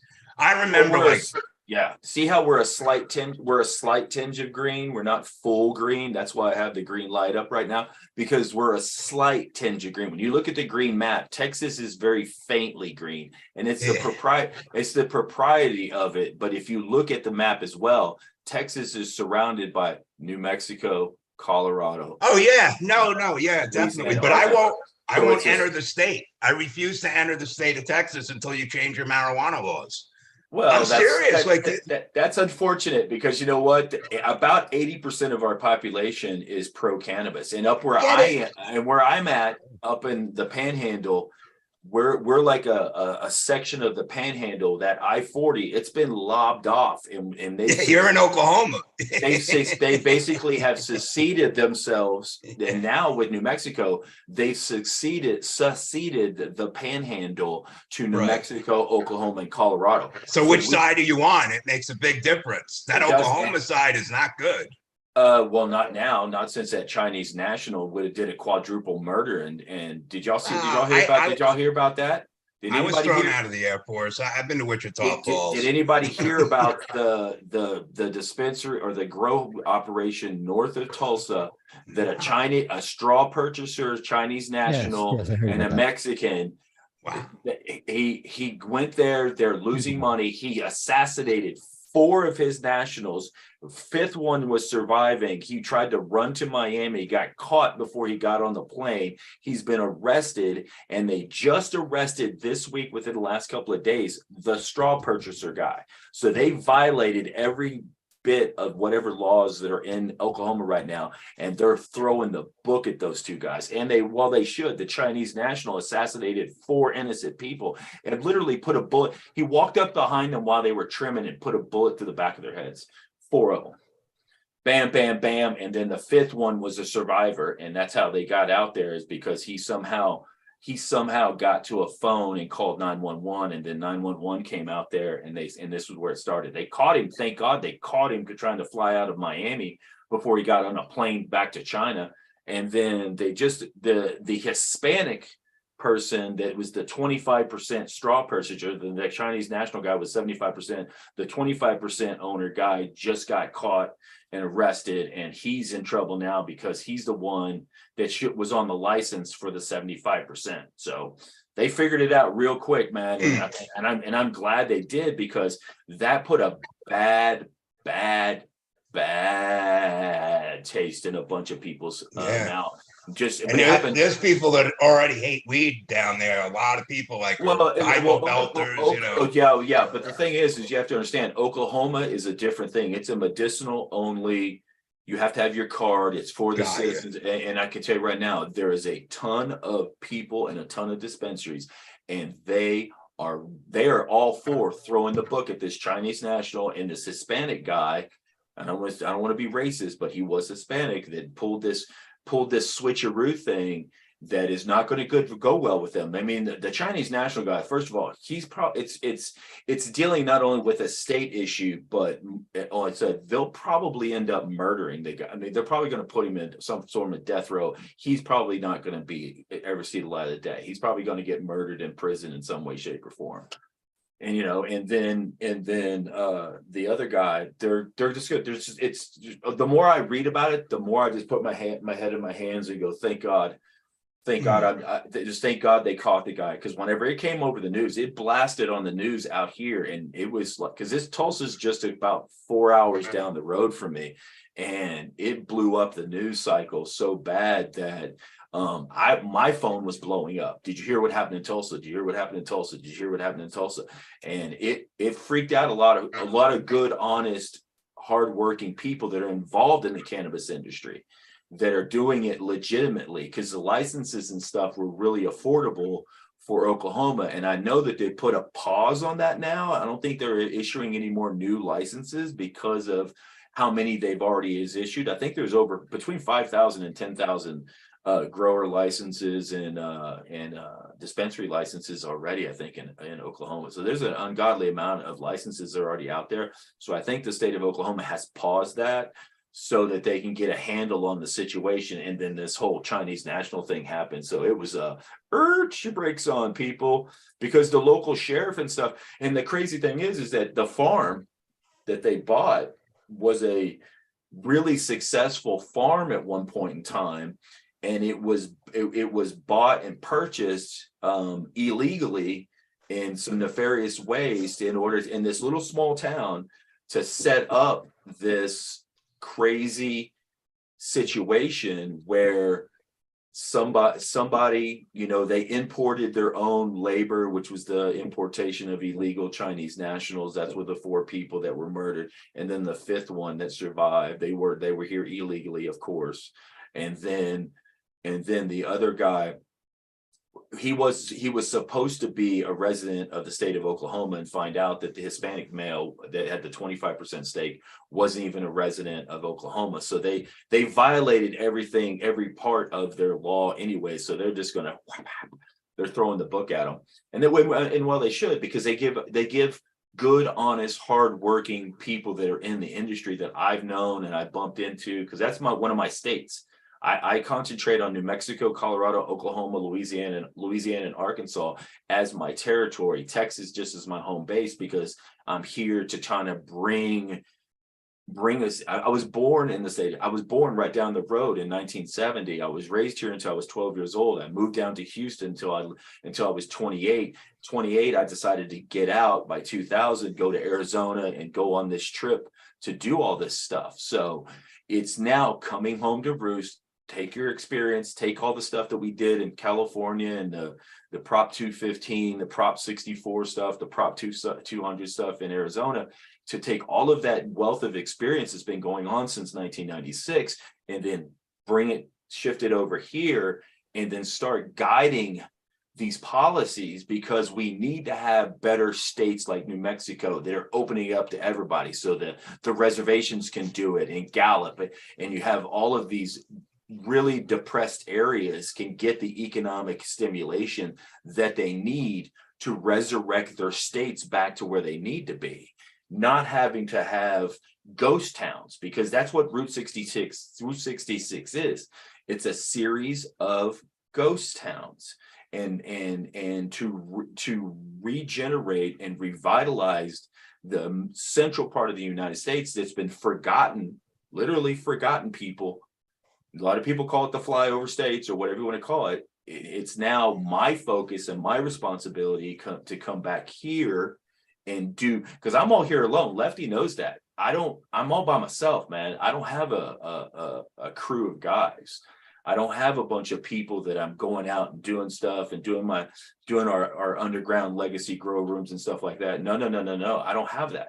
Because of my MS and me being stuck in a wheelchair, I'm dependent on the kindness of others. And that's where you really start to see where the rubber meets the road, and how people are acting towards you, and the compassion that you get. And what Lefty and Mikey are doing out there with El Rampador and Bongholio is just magnifying it. It's just magnifying it to a point where it's not just a central US problem. It's a nationwide problem. This is a lower 48, Alaska, Hawaii, and all over the United States problem. The problem is, though, each state is different. Each state is different. They're doing it's really not. That's the real problem. Is like right now, what you really have in this country in a lot of ways is a failure of the Constitution. Oh yeah, completely.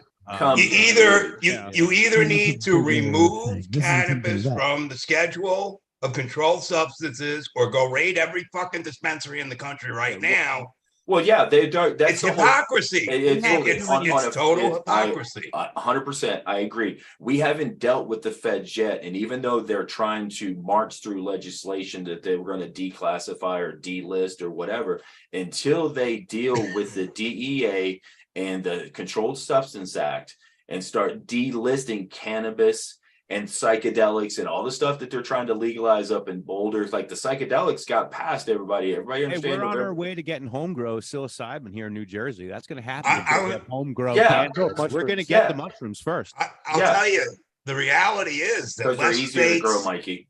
They're I've easier done to it. grow.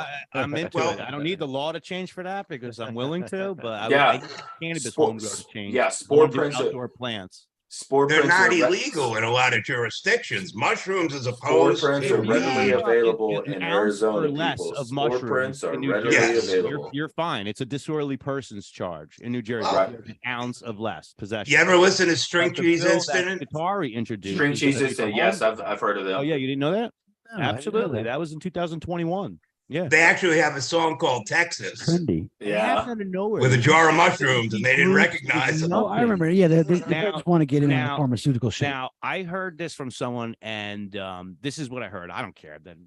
Who knows if it's true? But I heard that Senator Scutari has a buddy whose son was arrested years ago, like in 2020, something around that time frame, at a university for growing mushrooms in his dorm room, and apparently He's that gotten that he's- dude needs to get that expunged. So part Right. of this bill That's has expungements.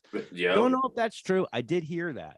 That would be nice. That'd That'd be be nice if friend. that's the case. Yeah, absolutely. Why not? Yeah, Why not? because Yeah, why the, not? because the expungement is in the bill, and that would do exactly for that kid. If that is a true story, that would get his record clear. But if that happens, then that's going to open up some floodgates, because I can tell you Yeah. right now, Mikey, if No there's opposition. It's if weird. there's anything that I'm more of an expert in, it's in the microbiology of some basidiocarps, because Amen. I love me some mushrooms. Me I too, will man. I will do a thump a cap and do a spore print anytime, baby. Yeah, man, that's what we'll do when you come to Jersey, Lance. Yeah, we'll set up, and it's so easy to, because if the thing about mushrooms is you have the growth medium. You just get the growth medium, you get your little cake going. If you have your cake going, when you start it, it's a propagation through your coolers. And when I'm talking about coolers, what size igloo cooler do you want to use? You want to use a 10 gallon, a 30 gallon, a 50 gallon, 100 gallon, like the big fish coolers that they put on the big boats, because that's how it goes. You literally propagate from a small container and from bigger into bigger containers, and all of a sudden you've got, I don't know, the ones I saw up in Bozeman, Montana, from a buddy of mine back in the 90s. Underneath his house, he had 1,500-gallon coolers filled up with 2 different species. 1,500-gallon coolers. It was ridiculous. I had grown a couple of strains of there were some really slamming mushrooms, and back before Jeff Oakes passed, Right. I gave him some of his mushrooms, and he enjoyed the hell out of it, and he said it would help him come to terms with the fact that he was going to die, which is what you hear other people. Well, and that's the facing, thing other that most are people have to facing understand. deaths. That's what it is. That's what it's for. Yeah, It's very much enlightenment. helpful. Terrence McKenna is, I don't know if anybody heard of Terrence McKenna. Oh yeah, And Dennis McKenna. Well, Terrence McKenna and Dennis McKenna and their advocacy for mushrooms were based on that alone, dealing with the inevitability of your own death. That's why the Tibetan Book of the Dead is what it is, and it's all dealing with Timothy Leary and psychedelics and things like that. It's because you have to come to grips with your mortal coil. Why are we here? What are we doing here? And then understanding that there's a clock for all of us, and that clock could end like it ended for my son, God rest his soul, last year. Unbeknownst, you're going out on the 13th of February, rolling his vehicle on the 14th, burning to death. You don't know when your time and your exit point is coming, but it's coming. We all can't get away. There's 2 things you're guaranteed: birth and death in this world, and how you deal with that. And that's what mushrooms and psychedelics have taught me over my life, is how do you deal with death? I should be a basket case right now. I should be an absolute basket case. I should not be a productive member of society because I lost my son last year. I should be absolutely devastated. But the way I get around that, and the way that I have walked myself down this pathway very diligently, is through the use of psychedelics, through the use of mushrooms.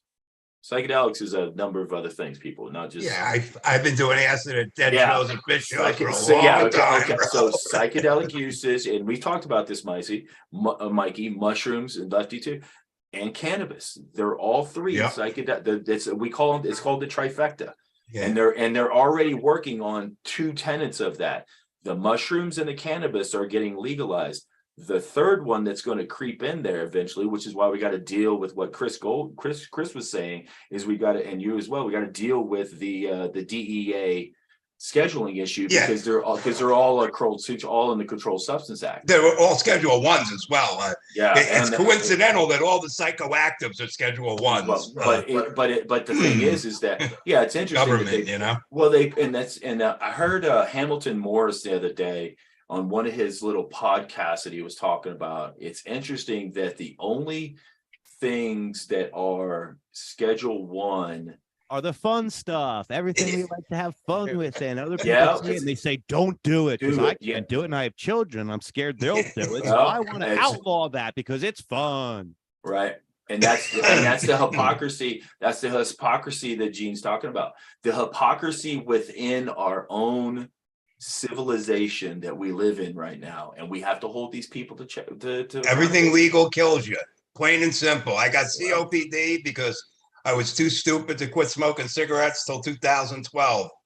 Everyone I know that has only smoked weed has nothing wrong with them. Well, everyone who I know who only smokes cigarettes is dead. Yeah, well, I have to say right now, I only did 3 things. X, acid, and pot were my 3 things. And your lungs are sound. I bet your lungs are as sound as a dollar. I just went and had an ultrasound done, and I got it clear. I'm clear. I don't have any of the COPD issues, and I was a lifelong cannabis smoker. Never smoked anything but cannabis, and I've done nothing but eat mushrooms or little candy flipping on the side. I mean, when you go to these, when you go to the shows, man, and I'm a big Ministry fan, so when you go to a big show, you got to go to a festival and stuff, you don't just want to stick to one thing. I mean, everybody's smoking weed. You want to kind of toss in other stuff in there. And then with, earwid.org and the pharmacopoeia out there, I think my number right now and the total amount that I've done over my lifetime is 27. Sorry, people. You ever done Special K, Lance? I have done some ketamine, but I've never done it like, ever getting a K-hole though? No, never had a K-hole. That's not my Some deal. people love it. I got into a K-hole one time, and I don't know how to describe it any other way other than it was like I was in a room that was like a whole level. And all of a sudden, the level started like leveling out. It came into 8 levels. It was like 8 floors, and I was on each level of the floors, and all of a sudden, then I was on the top floor. And I was up on the bottom floor while also hanging out in all the midsection floors while also telling people I'm going to meet you in the basement in a second. I know. It's like this. It's like this, man. Wild. It's like you went like, wow, you fell into an MC Escher, and all of a sudden you're going. Yeah, and then the building started getting smaller, and it started coming back into less levels. And before, it sounds like you went into another dimension to me. I was on the 3rd floor. I thought everything would end at the 3rd floor, but I did end up on the 1st. Multi-levels, man. This is actually the exact explanation. Like if you try and explain what the 4th dimension would be, that's exactly what it was. So I think you just described K. Literally. Yeah, that's exactly it, and that's why it's very popular now among the partiers or the festival goers, is because of its, even though ketamine is an animal tranquilizer, it's readily available at you can get ketamine if you have a license for it as an animal tranquilizer. So it's a horse tranquilizer. Sure. So it's to your vets. The vets have ketamine. The first time I ever did Special K, I was 14. I was in a freshman year in high school, and my buddy lived in Millstone, and his dad had a veterinarian. He was a veterinarian, and he lived on like a farm. He had all these goats and everything like that. And it was liquid. You put the liquid, you put it in the microwave, and then the microwave would turn into powder. Yep. Yeah, because you're taking all the water out of it. That's what putting in a microwave does. It dehydrates everything. So you take a liquid and you turn it into a powder, and then at that point, you know, how you do it is up to you. But it's all about dosage at that point. And so for I what's wish. that? I wish. Yeah, well, you don't want to. The thing that if you look at Hamilton Morris has a lot of stuff out there in his Hamilton's Pharmacopoeia, and if you ever can see him in his episodes and stuff, he does a ketamine one, but I think the way he did it is that he did it intravenously, yeah. and then he had a nebulizer one too. So they actually put it and they nebulized it like an asthma. He did it like that. He's also done xylene gas. There's some crazy stuff that Hamilton's kind of experimented with. Yeah, people take, there's anesthesia clinics that offer just anesthesia That's awesome. to get high. Yeah. Ketamine therapy is legal in New York State. So Yeah. You probably got to pay a psychologist a big, it's just like Well, they're anything else. you go sit in a room with some guy and he makes sure you don't die, and then he holds his phone for 15 minutes while you're in a K-hole. That's it. Pay him his juice and you're on your way. Right. And there's been Well, what are you paying them for? They don't have the experience in being a doctor and conducting these kinds of experiments. You're paying them for their $600 for a session. Imagine being a ketamine addicted doctor, and then they legalize it, and you're like, finally my time has come. Exactly. Finally, we have arrived, folks. We have arrived. So, but no, it's definitely going to be an interesting 2023, man. I'm glad to be making it here in January. But we'll see, man. It's just one of those it's we, me, Lefty, Mikey, I've all been saying, well, like I'd love to hook you guys up with legal representation. I mean, I've got people like literally in every state. And if you ever have a place that you can't get into, or you can't take a shit, or you can't listen, I'll give you a famous case that I wasn't a part of, but I was part of a lot of really good. I did Monmouth Racetrack, if you ever been to the racetrack. Connection. Yeah. Thank you. Yeah, I Literally, fixed. thanks. The reason it's so much better is me. I created all of the accessibility improvements through a lawsuit that I was the expert in. Oh, wow, that's awesome. At Monmouth Park. Now, the other half of this equation is just to tie it all together, because I got a dip. Tie it all together. Tie it all together. You ready? In a bow. Yeah. There's actually a famous case. It used to be called the E Center in Camden. Okay. And there was a little known judge called Samuel Alito, who was on the Third Circuit Court of Appeals. Yes, he was. And there was a client who I did represent on numerous occasions, and an attorney who I worked for, but doesn't like to pay people. Great dinner, bad payer. Okay. Right. Deal with lawyers. That's kind of what you get sometimes. Wow. Long story short, Tony Brady. Oh, I shouldn't say that. All right. The attorney, it's public record. The attorney for the plaintiff goes before the court on the appeal. He loses in district court. And they basically say there's nothing wrong with 99.9% of this place. And there's nothing that says that you got to be able to get into the lawn seating. What do you mean you want to go on the lawn? So he goes literally to the appellate court, where who sits but now Supreme Court Justice Samuel Alito. And here it is. Here's the punchline. You ready? Samuel Alito holds that significant other activities for people with certain proclivities that are not part of the general public's ethos may seek to be in the lawn area where these activities are more permitted. He was referring, of course, to people getting stoned. The guy was so out of touch that he didn't realize that people got stoned in the front row, didn't need to sit in the fucking lawn seats. But that was the argument. Nope. And there it is, the ADA, the weed, the Supreme Court, America, bada bing. Bada bing, bada boom. Boom. Bada bang. Hey. Hey. If you guys want to drop me a line, all my info is at ada-expert.com. Right. And, we're gonna need help, because we're going back to Englewood. I mean, we are gonna go back. I go nationwide, brother. So just give me a holler off the air. There's some more delicate parts of the world. You know, put everything on YouTube. It's cool, but you We'll know, talk offline. Yeah. you pick your fights in this world. That's how you get to be. See, I have no hair left. With a little Fighting luck, the I'll be barber? 60. Well, With a little luck, I'll be 60 in March. God So we're bless. trying Bless to you. we're Englewood's trying to on our pull that radar. off.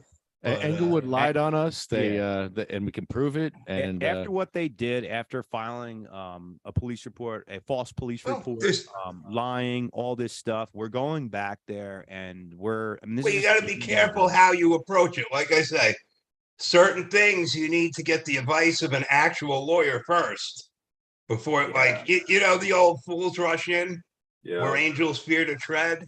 Yep. They're not kidding. You know, Yeah, that's true. The way the officer strong armed us, what we're planning on doing is we're going to go to the council and we're going to explain to them like what exactly happened. You have all these members of the post office. Everybody lied. You filed a false police report. They all said we're not allowed to film. You know, I mean, these are all lies. That's easy. So you get 3 or 4 people, like myself included, and we go into the post office 1 minute to 1 minute and 30 seconds before you want to go in, and we just go in line like we're people, you know.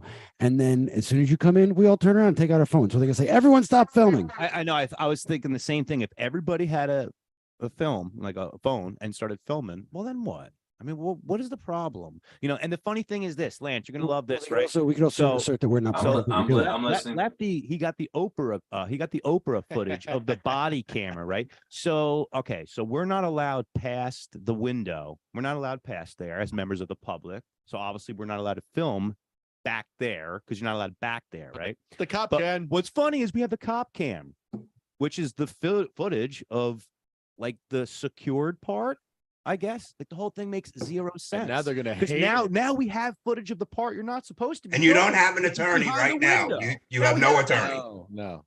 You're retarded. I hate to be and like that guy, but And he, well, it is what it is. Well, we have access. Here's our the hands thing. are up. What the thing is, right now, I know that we all have access to lawyers. I've got plenty of lawyers out in California. Of course, Gene, you have access to all 50 states. When push comes to shove, if there's an actual part where we're going to have some issues, I'm sure Lefty will be the first one to peep up and say, "Hey guys, we might need to get a lawyer on this." No, I now." did say that to Mike the other day. Yeah, these are discussions that are not foreign to the current conversations that we've been having because Well, and it's like because map we're out- starting to ramp it up now. I mean, the Yeah. pressure, the I pressure. get it. Wrap it up. Ramp it Yeah. up. I'm just Get it? all I'm saying is like in the video, dude, I take it, Mikey, you're the guy with the wrestling mask in the video. No, that's Lefty. Lefty. Okay, I'm sorry. Mikey So Bongholio here. Mikey's Bongholio. Mikey's Bongholio. My apologies. Yeah, No, and so- Lefty's El Rampador. All right. Well, El Rampador, when you were in there, you kind of alluded to, you know, the ADA and your rights. And I'm shocked that you don't have like somebody is actually fighting for you. Because like it can't just be the post office, right? I mean, you gotta It's have everywhere. It's everywhere. I mean, I've been doing this for so I You used to got sell hot nobody dogs else. in Atlantic City. Dude named Pete Spoluto from North Jersey was in a wheelchair, ran the whole freaking hot dog thing. That's When he awesome. retired, he went to Florida. Of course, he got in cahoots with lawyers, and the ADA business was born. So I came down, bada bing, bada boom, 30 years later. So I've been doing this for 30 years. What part of Florida are you in, Gene? Well, I actually live on the West Coast by the Oh. Gulf of Mexico. Okay, so like, And my phone lives in Vegas, Okay. and my license is in California. Oh wow, so you're all over the place. And you just came But back you from know, Hawaii. you got to eat. You got Right? the white Well, I, plate got, and the I, black I plate. love You Maui. got the I white do. plate and the Maui black is plate. like Come on. Maui's my place. I went to That's nice. Hawaii one time. That's That was great. like the dream part of the world. Yeah, Hawaii is an amazing place. I hope to get out there someday, but it's we'll see. You know, I don't want to piss somebody off and they shove me off into Waimea on a 20-foot wave and stuff just to try to prove a point because I went to the dispensaries out there, and for $25, you get a car. If you have a New Jersey card, Yeah, they'll you give a transfer silver it. card. You're Yeah, the you man. transfer it. Yeah, I got that How card. do you not have a fucking ADA lawyer? You gotta hit my email, bro. Check Use it my out. professional email.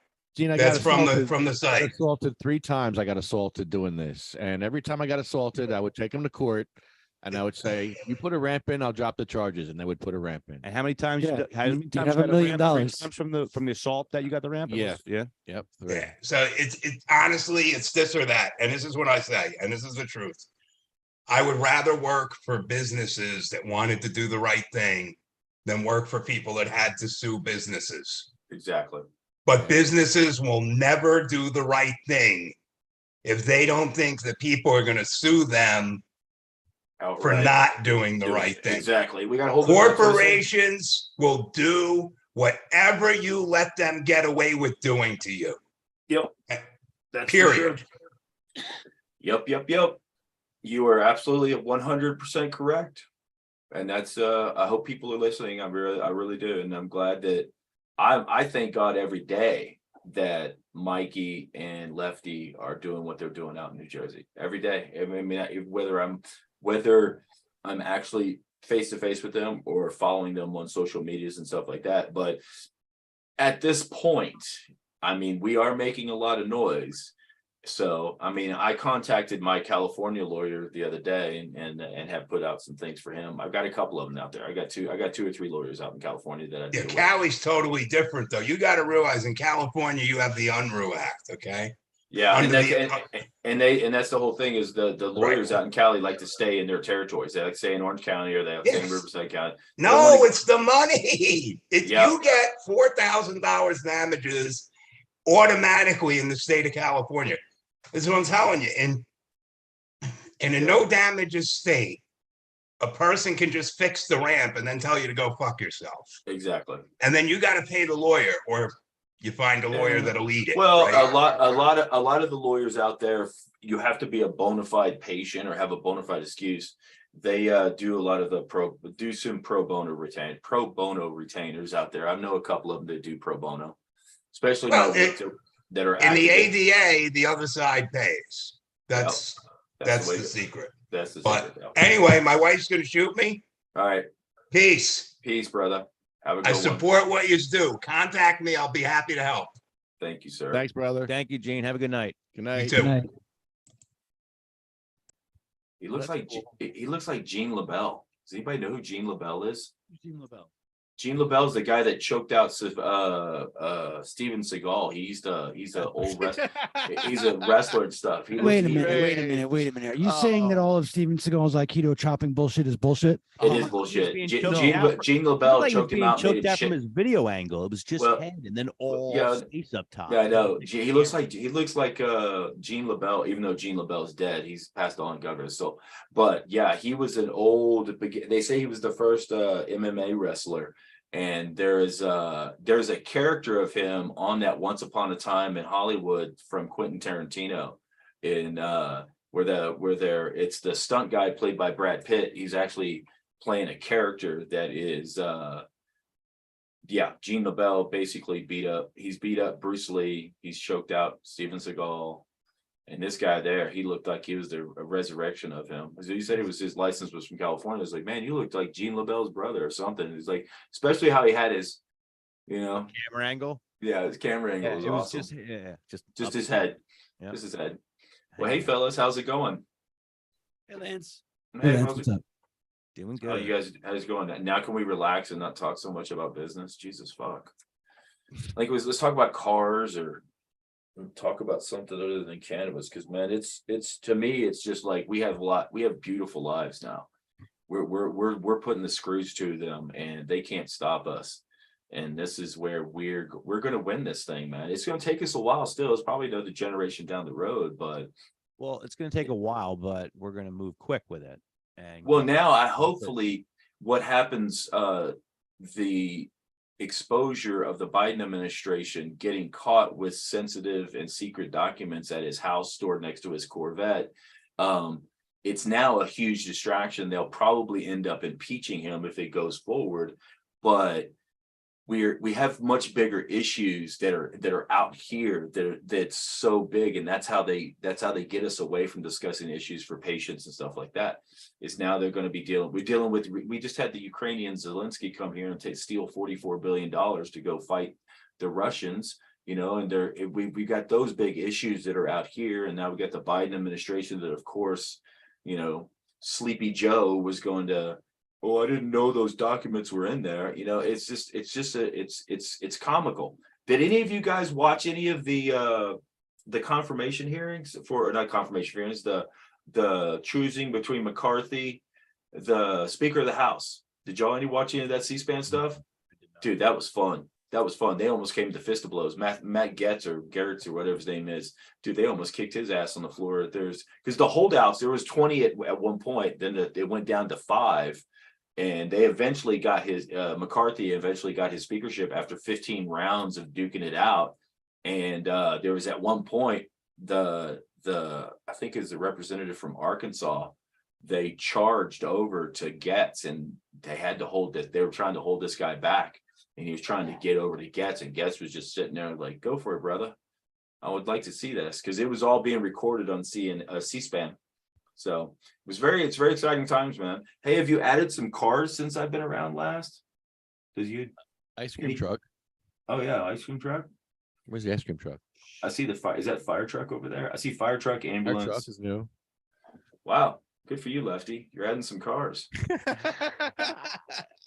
Yeah, The Asbury Park Press just did a great piece on Lefty. Did you see it? Yeah, it was great. I saw it. They did a great piece on him, man. No, I did not see that.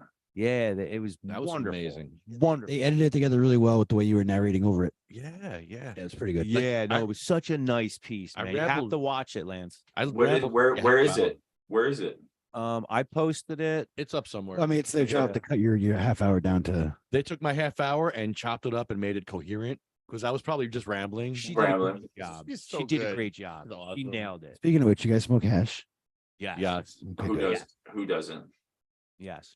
Oh, and last time I know I texted you. I texted Adam the next day after podcast day. I was like, "Yo, Adam, listen, hey, thanks for that RSO, that heroic dose, because I slept wonderful." Oh my God, yes, yes, please. Yeah. please.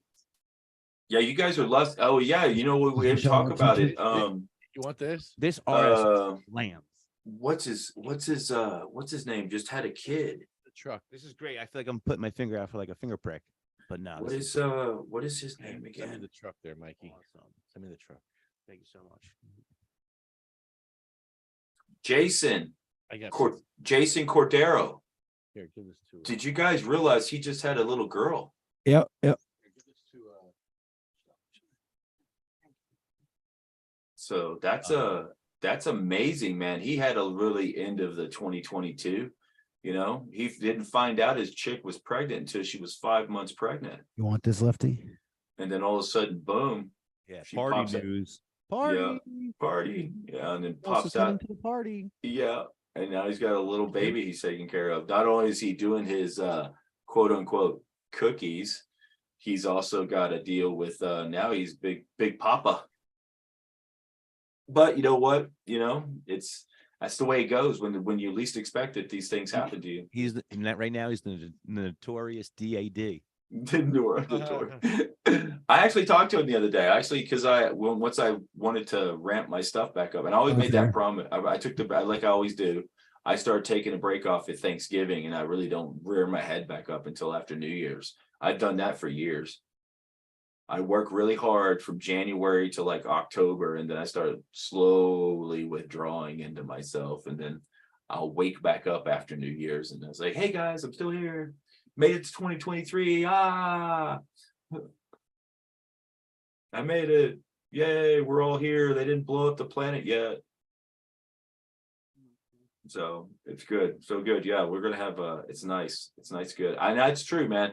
I've definitely got, but I have to convince her to go to, because her mom lives in Metuchen, and her sister lives in Edison, New Jersey, but she's born in Bayonne. And I've been asking her and begging her for like the last 3 years, I think.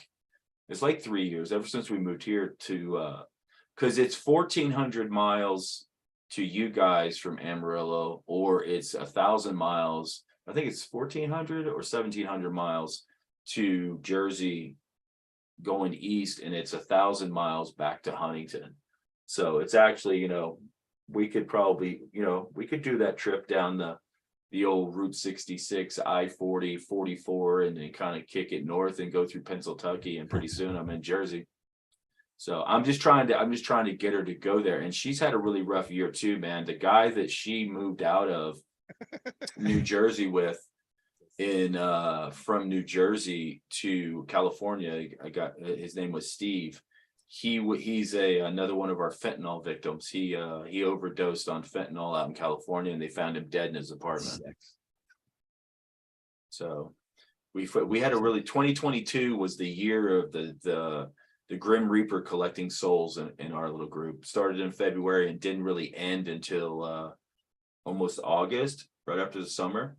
We also had an unfortunate incident in Long Beach. I don't know if you guys heard about this. There was a gay man in Long Beach with his boyfriend and a homeless guy. There was a fight in the bar, and on the bar, I think it's off of 28th Street in Long Beach, Christopher and his boyfriend were trying to calm down a patron that was having a problem discussion.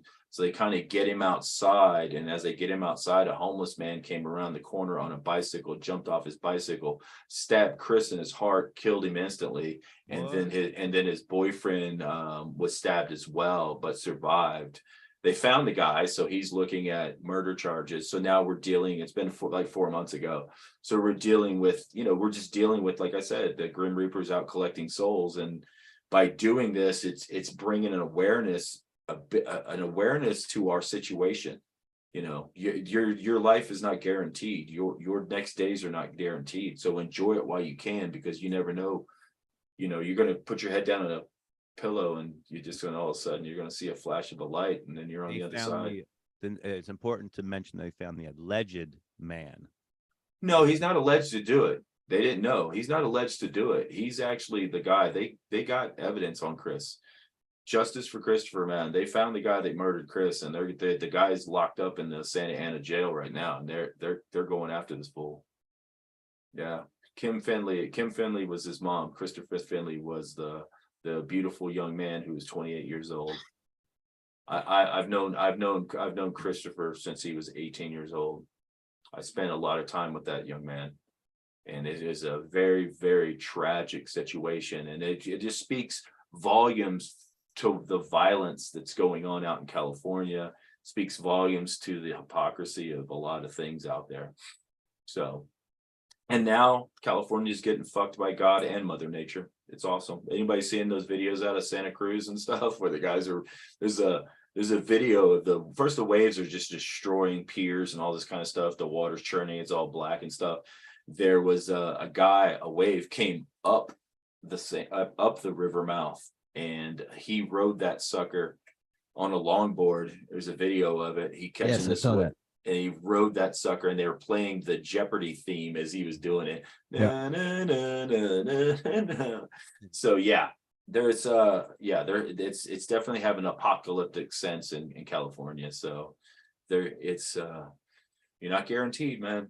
And a lot of risky behavior. That's why I tell my son every day when I talk to him, just like I told Brendan, be careful out there, because you never know when it's going to be your last day. And my other son, he's a big wave rider. He's a foil rider. He's a tube rider. He goes out and actually plays on the, he plays in the ocean, and the ocean is very unforgiving, very unforgiving. But he's experienced. He's been doing it since he was 5 years old, and I trust him. He's a national champion, state champion. You incrementally build this stuff up, but he's doing this stuff called, you ever heard of foiling? Foiling, where the boards that are elevated off the water, they have the skeg that's underneath the water, and the foiling stuff. Yeah, he does. He's been doing wild. It is crazy, because you don't have to stop.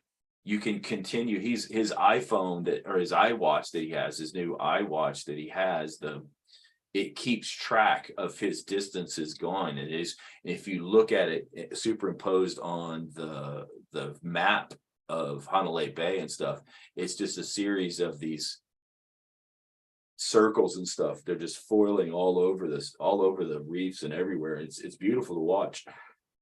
It's very nice. And they don't have really much foil coverage, but there are some Instagram videos, like Laird Hamilton in this last swell. He got caught out on a wave where he looked like a freaking tic tac on a freaking 100-foot wave. It looked huge. So Captain Insano stuff, man.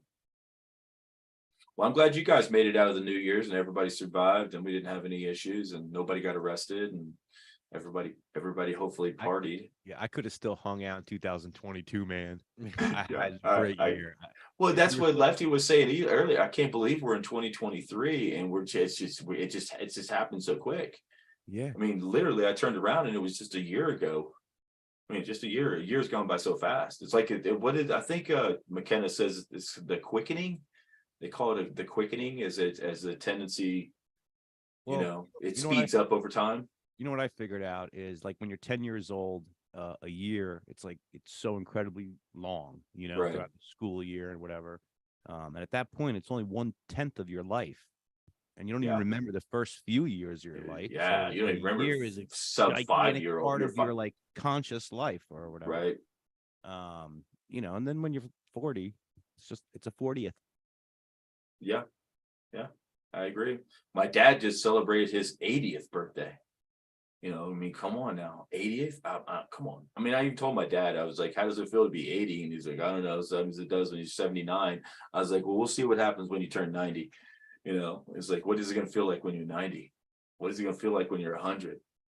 Oh my God, I can't even imagine. For me, because I'm 52, I couldn't imagine being. I can see 80 now. I mean, I can look down the road and see 80, but I don't want to be 80. Who wants to be that old? But I'm definitely setting myself up for, I've got the 6-wheeled left-handed drive, car seat, headrest with the seat belt, toggle switch wheelchair. So I'm definitely prepared for my 80s. I'm here for a good time, not a long time. Yeah, no, I do have some news on my medication front and my battle with the neurologist here in town. He scheduled me for a 5:45 in the afternoon appointment, and he ended up seeing me for my medications at 12:30. I got out of there at close to 2:00 in the morning with my prescription from him for Trex's Triaxion or something. I don't know what it is. Do you know how much it is per pill? $207 per pill. $207 per pill, man. Like some Martin Shkreli shit. It's crazy. And so I've now pushed back on them and said I found a low cost alternative. And I threw dronabinol at them. And that's just AKA Marinol. So I threw dronabinol at them, and it's $9 a pill. I think if I can get a $9 for a capsule, it's not a pill, $9. And they're right now, there's a big debate going on between my internal medicine doctor, my neurologist, and me, because my neurologist wants me putting on something that's $207 for over a month. I mean, not even a month supply. It's like ridiculous. It's like $2,400 a month. My internal medicine guy has something we're trying to get it 100% covered. And then I threw dronabinol into the mix and I said, "Hey fellas, this is just $9 a capsule. Come on, we can just give me this Delta 9 THC, and I even threw the white paper at them out of Europe, so hopefully I can get and if I get that prescription, I'll be one of the first patients that will get, because I can go to the pharmacy here and get the Marinol pills. If I can get the Marinol pills, this is the dronabinol and the full on Delta 9. And even though it's a concentrated Delta 9, I wouldn't take it all the time, but I would probably be one of the first patients in Texas to be able to get it. My mom is flipping the lids about it because she's been wanting me to do this because she saw me do it out in California. And now that I'm doing it here in Texas, my mom is just absolutely ecstatic about it. She thinks it's hilarious. She thinks it's hilarious, and she says it's good for you, and all the advocacy stuff that I've been doing for the last 40 years. I mean, it seems like 40 years when I started. 40 years because I started smoking when I was 12. So, you have this advocacy stuff. It eventually pays off, because when I left the state of Texas, there was no. And I know they're trying to decrim in Austin, and they're trying to decrim in some smaller communities. but they're not going to go past. It's not going past their, once they had an election in November and a couple of cities passed decriminalization, local enforcement laws, and it's getting hung up now in the city council level. When in Austin as well, they're not actually going to deal with it the way they should. So I'm down for whatever's coming, but I'm kind of being distracted with my great state of New Mexico right now, and I pretty much predicted what was going to happen. You know, that's what that when I was in that Weed Maps documentary that we did, that's the one thing I talked about, was how it's going to be important for everybody to pull themselves out of their little safety zones around San Francisco, Oregon, and Washington, and they need to start marching marching east. And with that, they need to be bringing the better policies, but they need to be bringing policies that are going to be, and it's not just cannabis.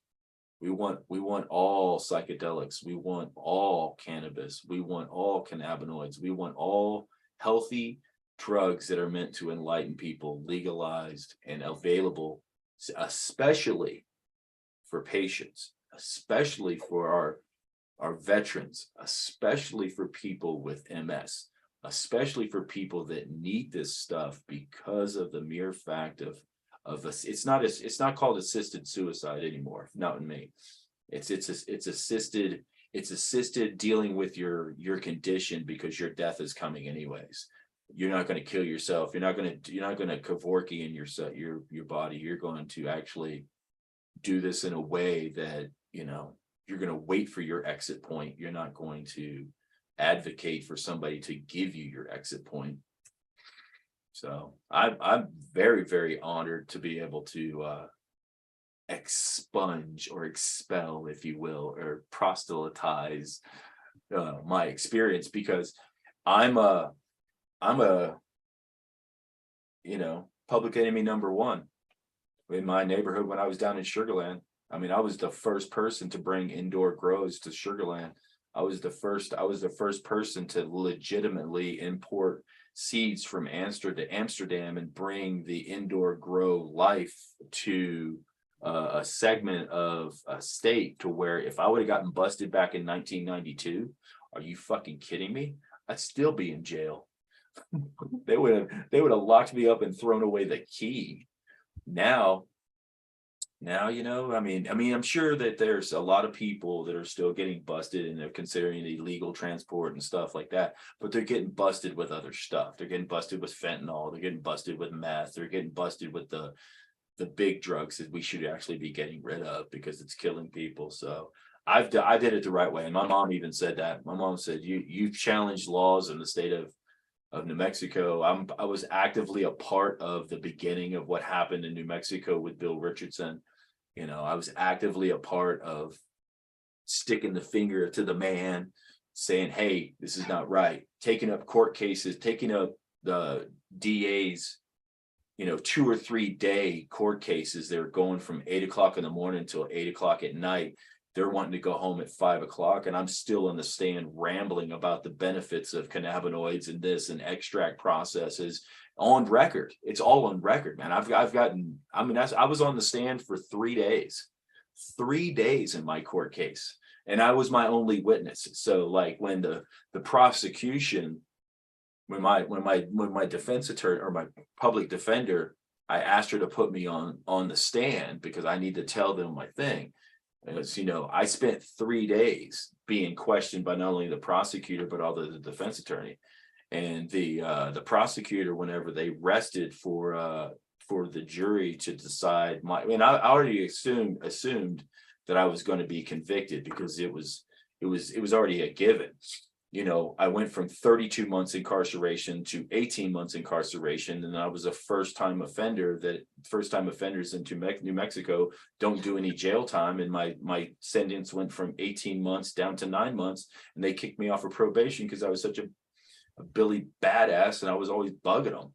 I had no problem getting on a Greyhound bus and showing up on their door to go to my PO, my probation officer, and showing up. Well, how you doing, Lance? Or how you doing there? And then they tried to transfer my probation out to California, and California told them to suck a dick, because it dealt with cannabis.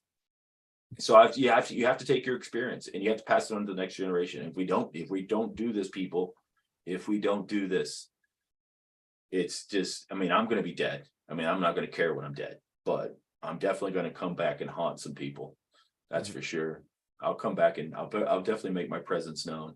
I'll be dropping tons of weed on people by just accident. You know, big planes will be flying over like Air America, and all of a sudden the cargo hatch is going to malfunction, and all of a sudden a big 5 tons of weed's going to fall out the bottom of a freaking cargo Do that plane. for me, drop like a lot of weed off in my backyard. Yeah, hopefully I'm not gonna be too much, man, because I might crash the building. You know, all of a sudden and then you come out and there's just like pounds and pounds and pounds and pounds of weed everywhere. I'm gonna haunt this place. It's gonna be so much fun. So much fun. I want to thank CMMNJ. You can donate to sativacross.org. Please do. sativacross.org. Can of Sense, UFCW, Local 152, JacksonStorms.com, Smoking Monkey, Arlo Glass, Obermachine.com, and Pure Puff Lifestyle Shop. There's a Puff dispensary in Tucumcari that's got some gnarly. Lefty, you'll get it. This. So their building is elevated, so it's like their entrance is on the 2nd floor, and you come out, and then the handicap ramp splits like this and goes down like this, and it's like boom boom, and it's huge, man.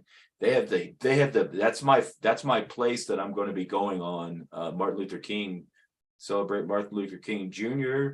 on Monday. People, please attend your local dispensaries and make sure you thank the staff for celebrating Martin Luther King Day. That will be on Monday, and I'm going to do that on Monday, and we're going to go and that's what I'm going to do. I'm hitting all my my local dispensaries in Tucumcari on Monday. I'm going to make my presence known there. Whenever on Thanksgiving, Javon went into all of them, and they were all completely amazed because he's the furthest person that's traveled to actually attend their dispensaries. He's got the record now in all the dispensaries coming from Kauai to the way he did it. He's traveled the most miles to be able to attend those dispensaries and show his support. We found some pretty good ones, man. We found some really good guys. There's some good guys in Tucumcari doing some solid work, and we should be happy that we have the ability to do it. I just, you know, we got to do it, people. We got to do it, and if we don't do it, nobody else is going to do it for us. Nobody's going to do it for us, and it's insane what you're having to deal with, Lefty. It's absolutely boggles my mind. And I would love to be out there, and then all of a sudden El Rampador's got a friend, and they don't know who this friend is, but he shows up in another Cadillac version of a. I have a different mask. I have a bunch of masks. Dude. Instead of El Rampador, I'll be El Lanzador. Oh my God, the white mask for El Lanzador. El Lanzador. I have a white mask for El white Lanzador. mask. It's right here. It's here. Go and grab it. It's on top of the lamp. Could you be crazy, dude? We're all I gonna have do No, it's on the lamp, on top of the lamp. Yeah. El Lanzador. El Lanzador. This is it. Oh my God. That will. Oh my God. That looks like Rey Mysterio's mask. That'll be awesome. I'll put that thing on. That's a good one. Yes. All right. That's Lance's. That's mine. El Lanzador. What? El Lanzador. El Lanzador. And then you know what? When we're on Avenue of C here in Bayonne, the thing that we're going to be doing is we're going to be able to. We can just basically take over the crosswalk because mine's fast. I mean, mine's got 6 different speeds and it's 0-point radius stuff. We could race around the center right here, and the cars won't be able to go. I gotta run, Lance. It was good to listen to you talk. Peace, brother. Like that. Nice seeing you Talk to again. you guys. Good night, man. El Rampador. El Rampador, Bongholio. Bongholio, and El Lanzador. What's up? You guys are great. It's going to be so much fun. 2022 was a bad year. I take it for some things, but 2023 has got to be an amazing year because we're going to make it that way. We're going to make it that way because there's so much stuff happening. We're going to make a post office for you. We're saving one post office. Oh yeah, you A got virgin. We have a virgin post office that Oh we my haven't been God. to yet. Man, I don't know. I'm trying to get there, man, because of it's just trying to get Miss Jennifer, Jersey Jen, trying to get her to relinquish this stress and agita of going back and being around her family or something. I don't know what it is. She loves it here. She didn't love it here when she first got here. Don't get me wrong. She only lasted 3 weeks before she started having anxiety attacks. Once we got to the state of Texas, she loved Arizona. She loved the Grand Canyon. She loved New Mexico. But as soon as we got into Texas, she got freaked out because she was raised, you don't ever go to Texas. And then now that she's spent time here and people know her, they don't call her Jersey Jen, but they know her from her Jersey accent. She brought that down by the shore. Yeah, I know a few Jersey Gens. I think they'd all freak out in Texas once they got there right away. Well, oh my God. And then, it doesn't help when the fucking Houston Astros keep beating the Yankees in the ACLS, man. That's just not good. It's not good PR. Those Yankee fans are rabid. And I don't, once they find out I'm from Houston, all of a sudden it's going to be on. It's going to be on like Donkey Kong. They're going to have, they don't need a reason to hate me. They're already hate me. But I'm willing to put myself in line just like Lefty is. I think we've all come to that agreement that we got to put our money where our mouth is, and we've got to. And I don't want to go. I'm going to say it, I have to preface this. I don't want to be hit by a car because they get hit by cars out here. Homeless people in wheelchairs get run over out here, and when they get run over, you're just all of a sudden poof, and then your lights are out, and you're in a different situation. So I don't want to get hit by a car, but I can see how it happens, and that's why I'm very cautious with my my 3-wheeler and my 6-wheeler. And they're mine's my little red thing here is I don't use it that much because it's like having a Tesla it's like a Tesla Cadillac inside. I use my 3-wheeler inside because it's easier to maneuver around corners and stuff. But when I travel out there, I'm going to have a trailer on the back of my minivan that's going to be able to roll up my thing and strap it down on the back. I can bring my 3-wheeler and put it on the inside of the minivan, but once I get out there and I'm out in the streets and stuff, I'm going to want to be in my Aspire Galaxy. I think that's what's called, Aspire Galaxy. Yeah, 6-wheeler. It's got 2 drive motors, 2 big old batteries in that sumbitch. It's fucking the torquiness and the speed on that thing. Cops want to come and chase me. They're going to be real tired after, because I'll just motor. I need what that lady had. Remember what that lady? I want whatever that lady had. I want that. Yeah, she like it's super like turbo. It looked like a Honda 4-wheeler. It looked cool. Well, there are some that are off-road. It was sporty looking. She could have it taken was us off. Yeah, this thing was nice. had my big rubber wheels, big, huge, fat wheels. Yep. Mine have the big center drive wheels. Mine have the big center ones. I have big center drive wheels, and then my You know guide what it wheels. remind me of, Lance? It reminded me of a 4-wheeler. Yeah, it was 4-wheeler. more of a 4-wheeler. Oh than it was yeah, a wheelchair. yeah. They have those, and that's what they have those now that have the big rubber wheels on the back and in the front, and she has the handlebars. Yes, that's it. Yeah. She had that. That's what it was. Yep. Those are that is I've seen those, man. That's nice. That's got to be like 15. No, they're all $5,000, my friend. Believe it or Yeah, not, this thing they looked so souped up. Man, but they It looked like it had everything. I need that. It was going fast. I need that one. students, it is. You remember that time when the cop was bugging you about you having your torch, and you had it, and he was bugging you with the torch thing. Yeah. You Didn't could bug me. have you could have motored away from that guy. He would have had to call in help because he wouldn't be able to catch up with you. He literally would, because the way you with your electric motor, you would have outpaced him, and you would have just motored away from him, and he would be like, hey, get over here. Where are you going, man? It was like, what? Can't hear you. What? I can't hear you. What? Outsmarted me. Oh no. Yeah. You could just outpace him and get the hell out of there, man. Well, it's that's what I like about these things. That's my passion now, is getting and finding. Did I tell you, Lefty, how much I paid for my Aspire? No. $100. Oh. $100 on Facebook Marketplace.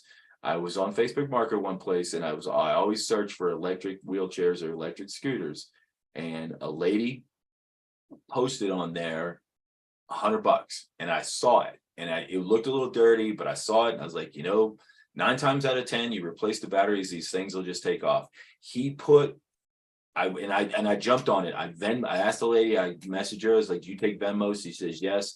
I shot her the $100 to hold it, and then I turned around and went out there and got it, and brought it back here, and took it all apart, disassembled everything about it. And when you take the chairs off of these things, the bottom part of it, it looks like, with the hand control stuff, looks like R2D2. It basically is this own little thing, and then you have a chair that just kind of mounts on top of it. Yeah, I paid $100 for that. The replacement batteries are basically $125. So for about $225, I've got a $5,000 wheelchair that most people don't even have access to. And that's the thing. You can't get these through your insurance companies. They're not covered by Medicare, Medicaid, things like that. You have to buy your electric wheelchairs. You can't get them furnished to you by your insurance companies and stuff like that. So you have to find a workaround to get them. The one that I really want to get is it's called the Rip Chair. Yeah, it's the Rip Chair 3.0 or 4.0. And it's got the tracks on the side. It's got the tracks. You know what I'm saying? The triangle tracks. So what it will do, the Rip Chair, when you get up to the stairs, it will climb up the stairs instead of having a ramp. And I could actually get a Rip Chair. I wouldn't be able to get it through the door though. It's meant for outdoors and climbing up the sides of, it's meant for guys that want to go deer hunting and get out in the thicket. Because if you look up if you search Rip Chair 4.0 or whatever it is, they have it's the big tracks. And it has a spot where the wheelchair, you pull up and you put your wheelchair in it. So you're sitting actually in your wheelchair, and it has mounts for it. So wherever you get where you are, you just unhook your wheelchair and you get out of it that way. So it's an assisted wheelchair, but it's got tracks and stuff, and it's super nar. It makes my Aspire right here look like a little fairy one. It's super steroids, but those, you're right, those are expensive. I think it starts out at 40 grand. I think the Rip Chair is 40 grand. Made for quads and paraplegics for sure. Definitely. And I've called Rip Chair, it's like, hey, is there any way that I can get a sponsorship program or to be able to do stuff like that? And they only really do that for the veterans. They have some veterans that go and work for them, but you have to move, and they're built out. I think they're built somewhere in the Midwest, and you have to move there, and you have to help build your own. And I'm willing to go there. I have experience with them. I'm willing to go there and live in the Midwest, and I'll build myself a Rip Chair as long as you let me roll away with it. Because I'd be a force to reckon with that. It's like it'd be like a Terminator thing for sure. Lance, thanks again for coming on. I want to thank you. No worries. Here's our Anytime. list. Yeah, always a pleasure, Lance. No Cheryl worries. Miller, Sabina Rose, Diane, Gracie, Cindy Mae, Marie, Jack, Joan, Randy, Polly, Bill, Chad, Jeremy, Colette, Matt, Troy, Russ, Roger, Jay, Ella, Hattie, Jackie, Anthony, Jake, Armando, Felicia, Lynn, Dan, Sean, Joyce, Lori, Frank, Brian, Flo, Carl, Thorne, Frank, Lorraine, Terry, Charlotte, Cher, Jaybird, Michael, Marley, Colette, Brendan, Red, Rico, Lulu, and Jeff. Mikey, do you want to You start, I finish. oh yeah, that's right. I always do that wrong. Why do I always think you started now? I know. I think it's fun how you repeatedly forget. Hey, Mikey, when are you guys going to do another Pink Floyd jam session? we need to, where you guys are we're just like, what I'm saying? Where you're auto tuning Pink Floyd and stuff, where where you guys are just jamming. Cause that, to me, that was the most memorable podcast situation of 2022, because you guys were on there and making,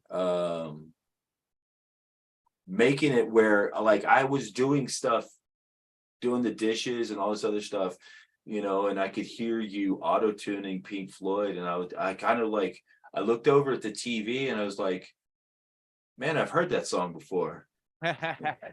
And it made it way more enjoyable, and it's just a I caramba kind of situation. So I think instead of inviting all of us super stressful, gnarly 5013C lawyer individuals here, I think we're about ready for a Pink Floyd session, because you're doing all your music stuff, man. I watch it on your Instagram stuff, your music and the things that you're doing on Instagram. That is so entertaining that nobody knows the actual talent that is sitting there. I don't think people really understand how talented Bongholio really is. And hopefully baby Bongholio picks up a little of the talent, because, you know, at some point you're going to need grow up at some point. I don't yeah, know. I know what. Yeah, I know. It's got to grow up But it's sometime. like The Simpsons, man. How old is Bart? He's still 9, but he's like 30. 30. Yeah. And then, and what's the baby? Maggie? She's still the baby. She's still the baby, still sucking on her binky, and she's 35. She's been around for 35 years or whatever. Please don't let her grow up, please. Yeah, I know. So you guys are wonderful. Appreciate for you having me. I appreciate you guys being in my life, first of all. And Appreciate thank you as well, Lance. Appreciate you, man. Very much so. And my New Year's resolution, sticking it to the man. Sticking it to the man, and making them be very aware of how they fucking treat us, man. Come on, it's insane. You're in a wheelchair. I have a blue plaque. That means something, and that should mean something. Only in Jersey, if you got one in Jersey. Yeah. Yeah, well, I have my blue plaque. Unfortunately for the people in Jersey, is good in all 50 states, whether they like it or not. I can park in any blue spot that I want, as long as I have my blue plaque with me and carry it with me, because they can do the research and find out where the issuing agency is. And if they want to say something to me, I was like, I pity the fool is how I put it. I pity the fool that wants to get in my way. Pity the fool. Yeah. So you guys have a good night, man. I love you. I love you both. You too, man. They went with songs to the battle. They were young, straight of limb, true of eye, steady and aglow. They were staunch to the end against odds uncounted. They fell with their faces to the foe. They shall grow not old, as we that are left grow old. Age shall not weary them, nor the years condemn. At the going down of the sun and in the morning,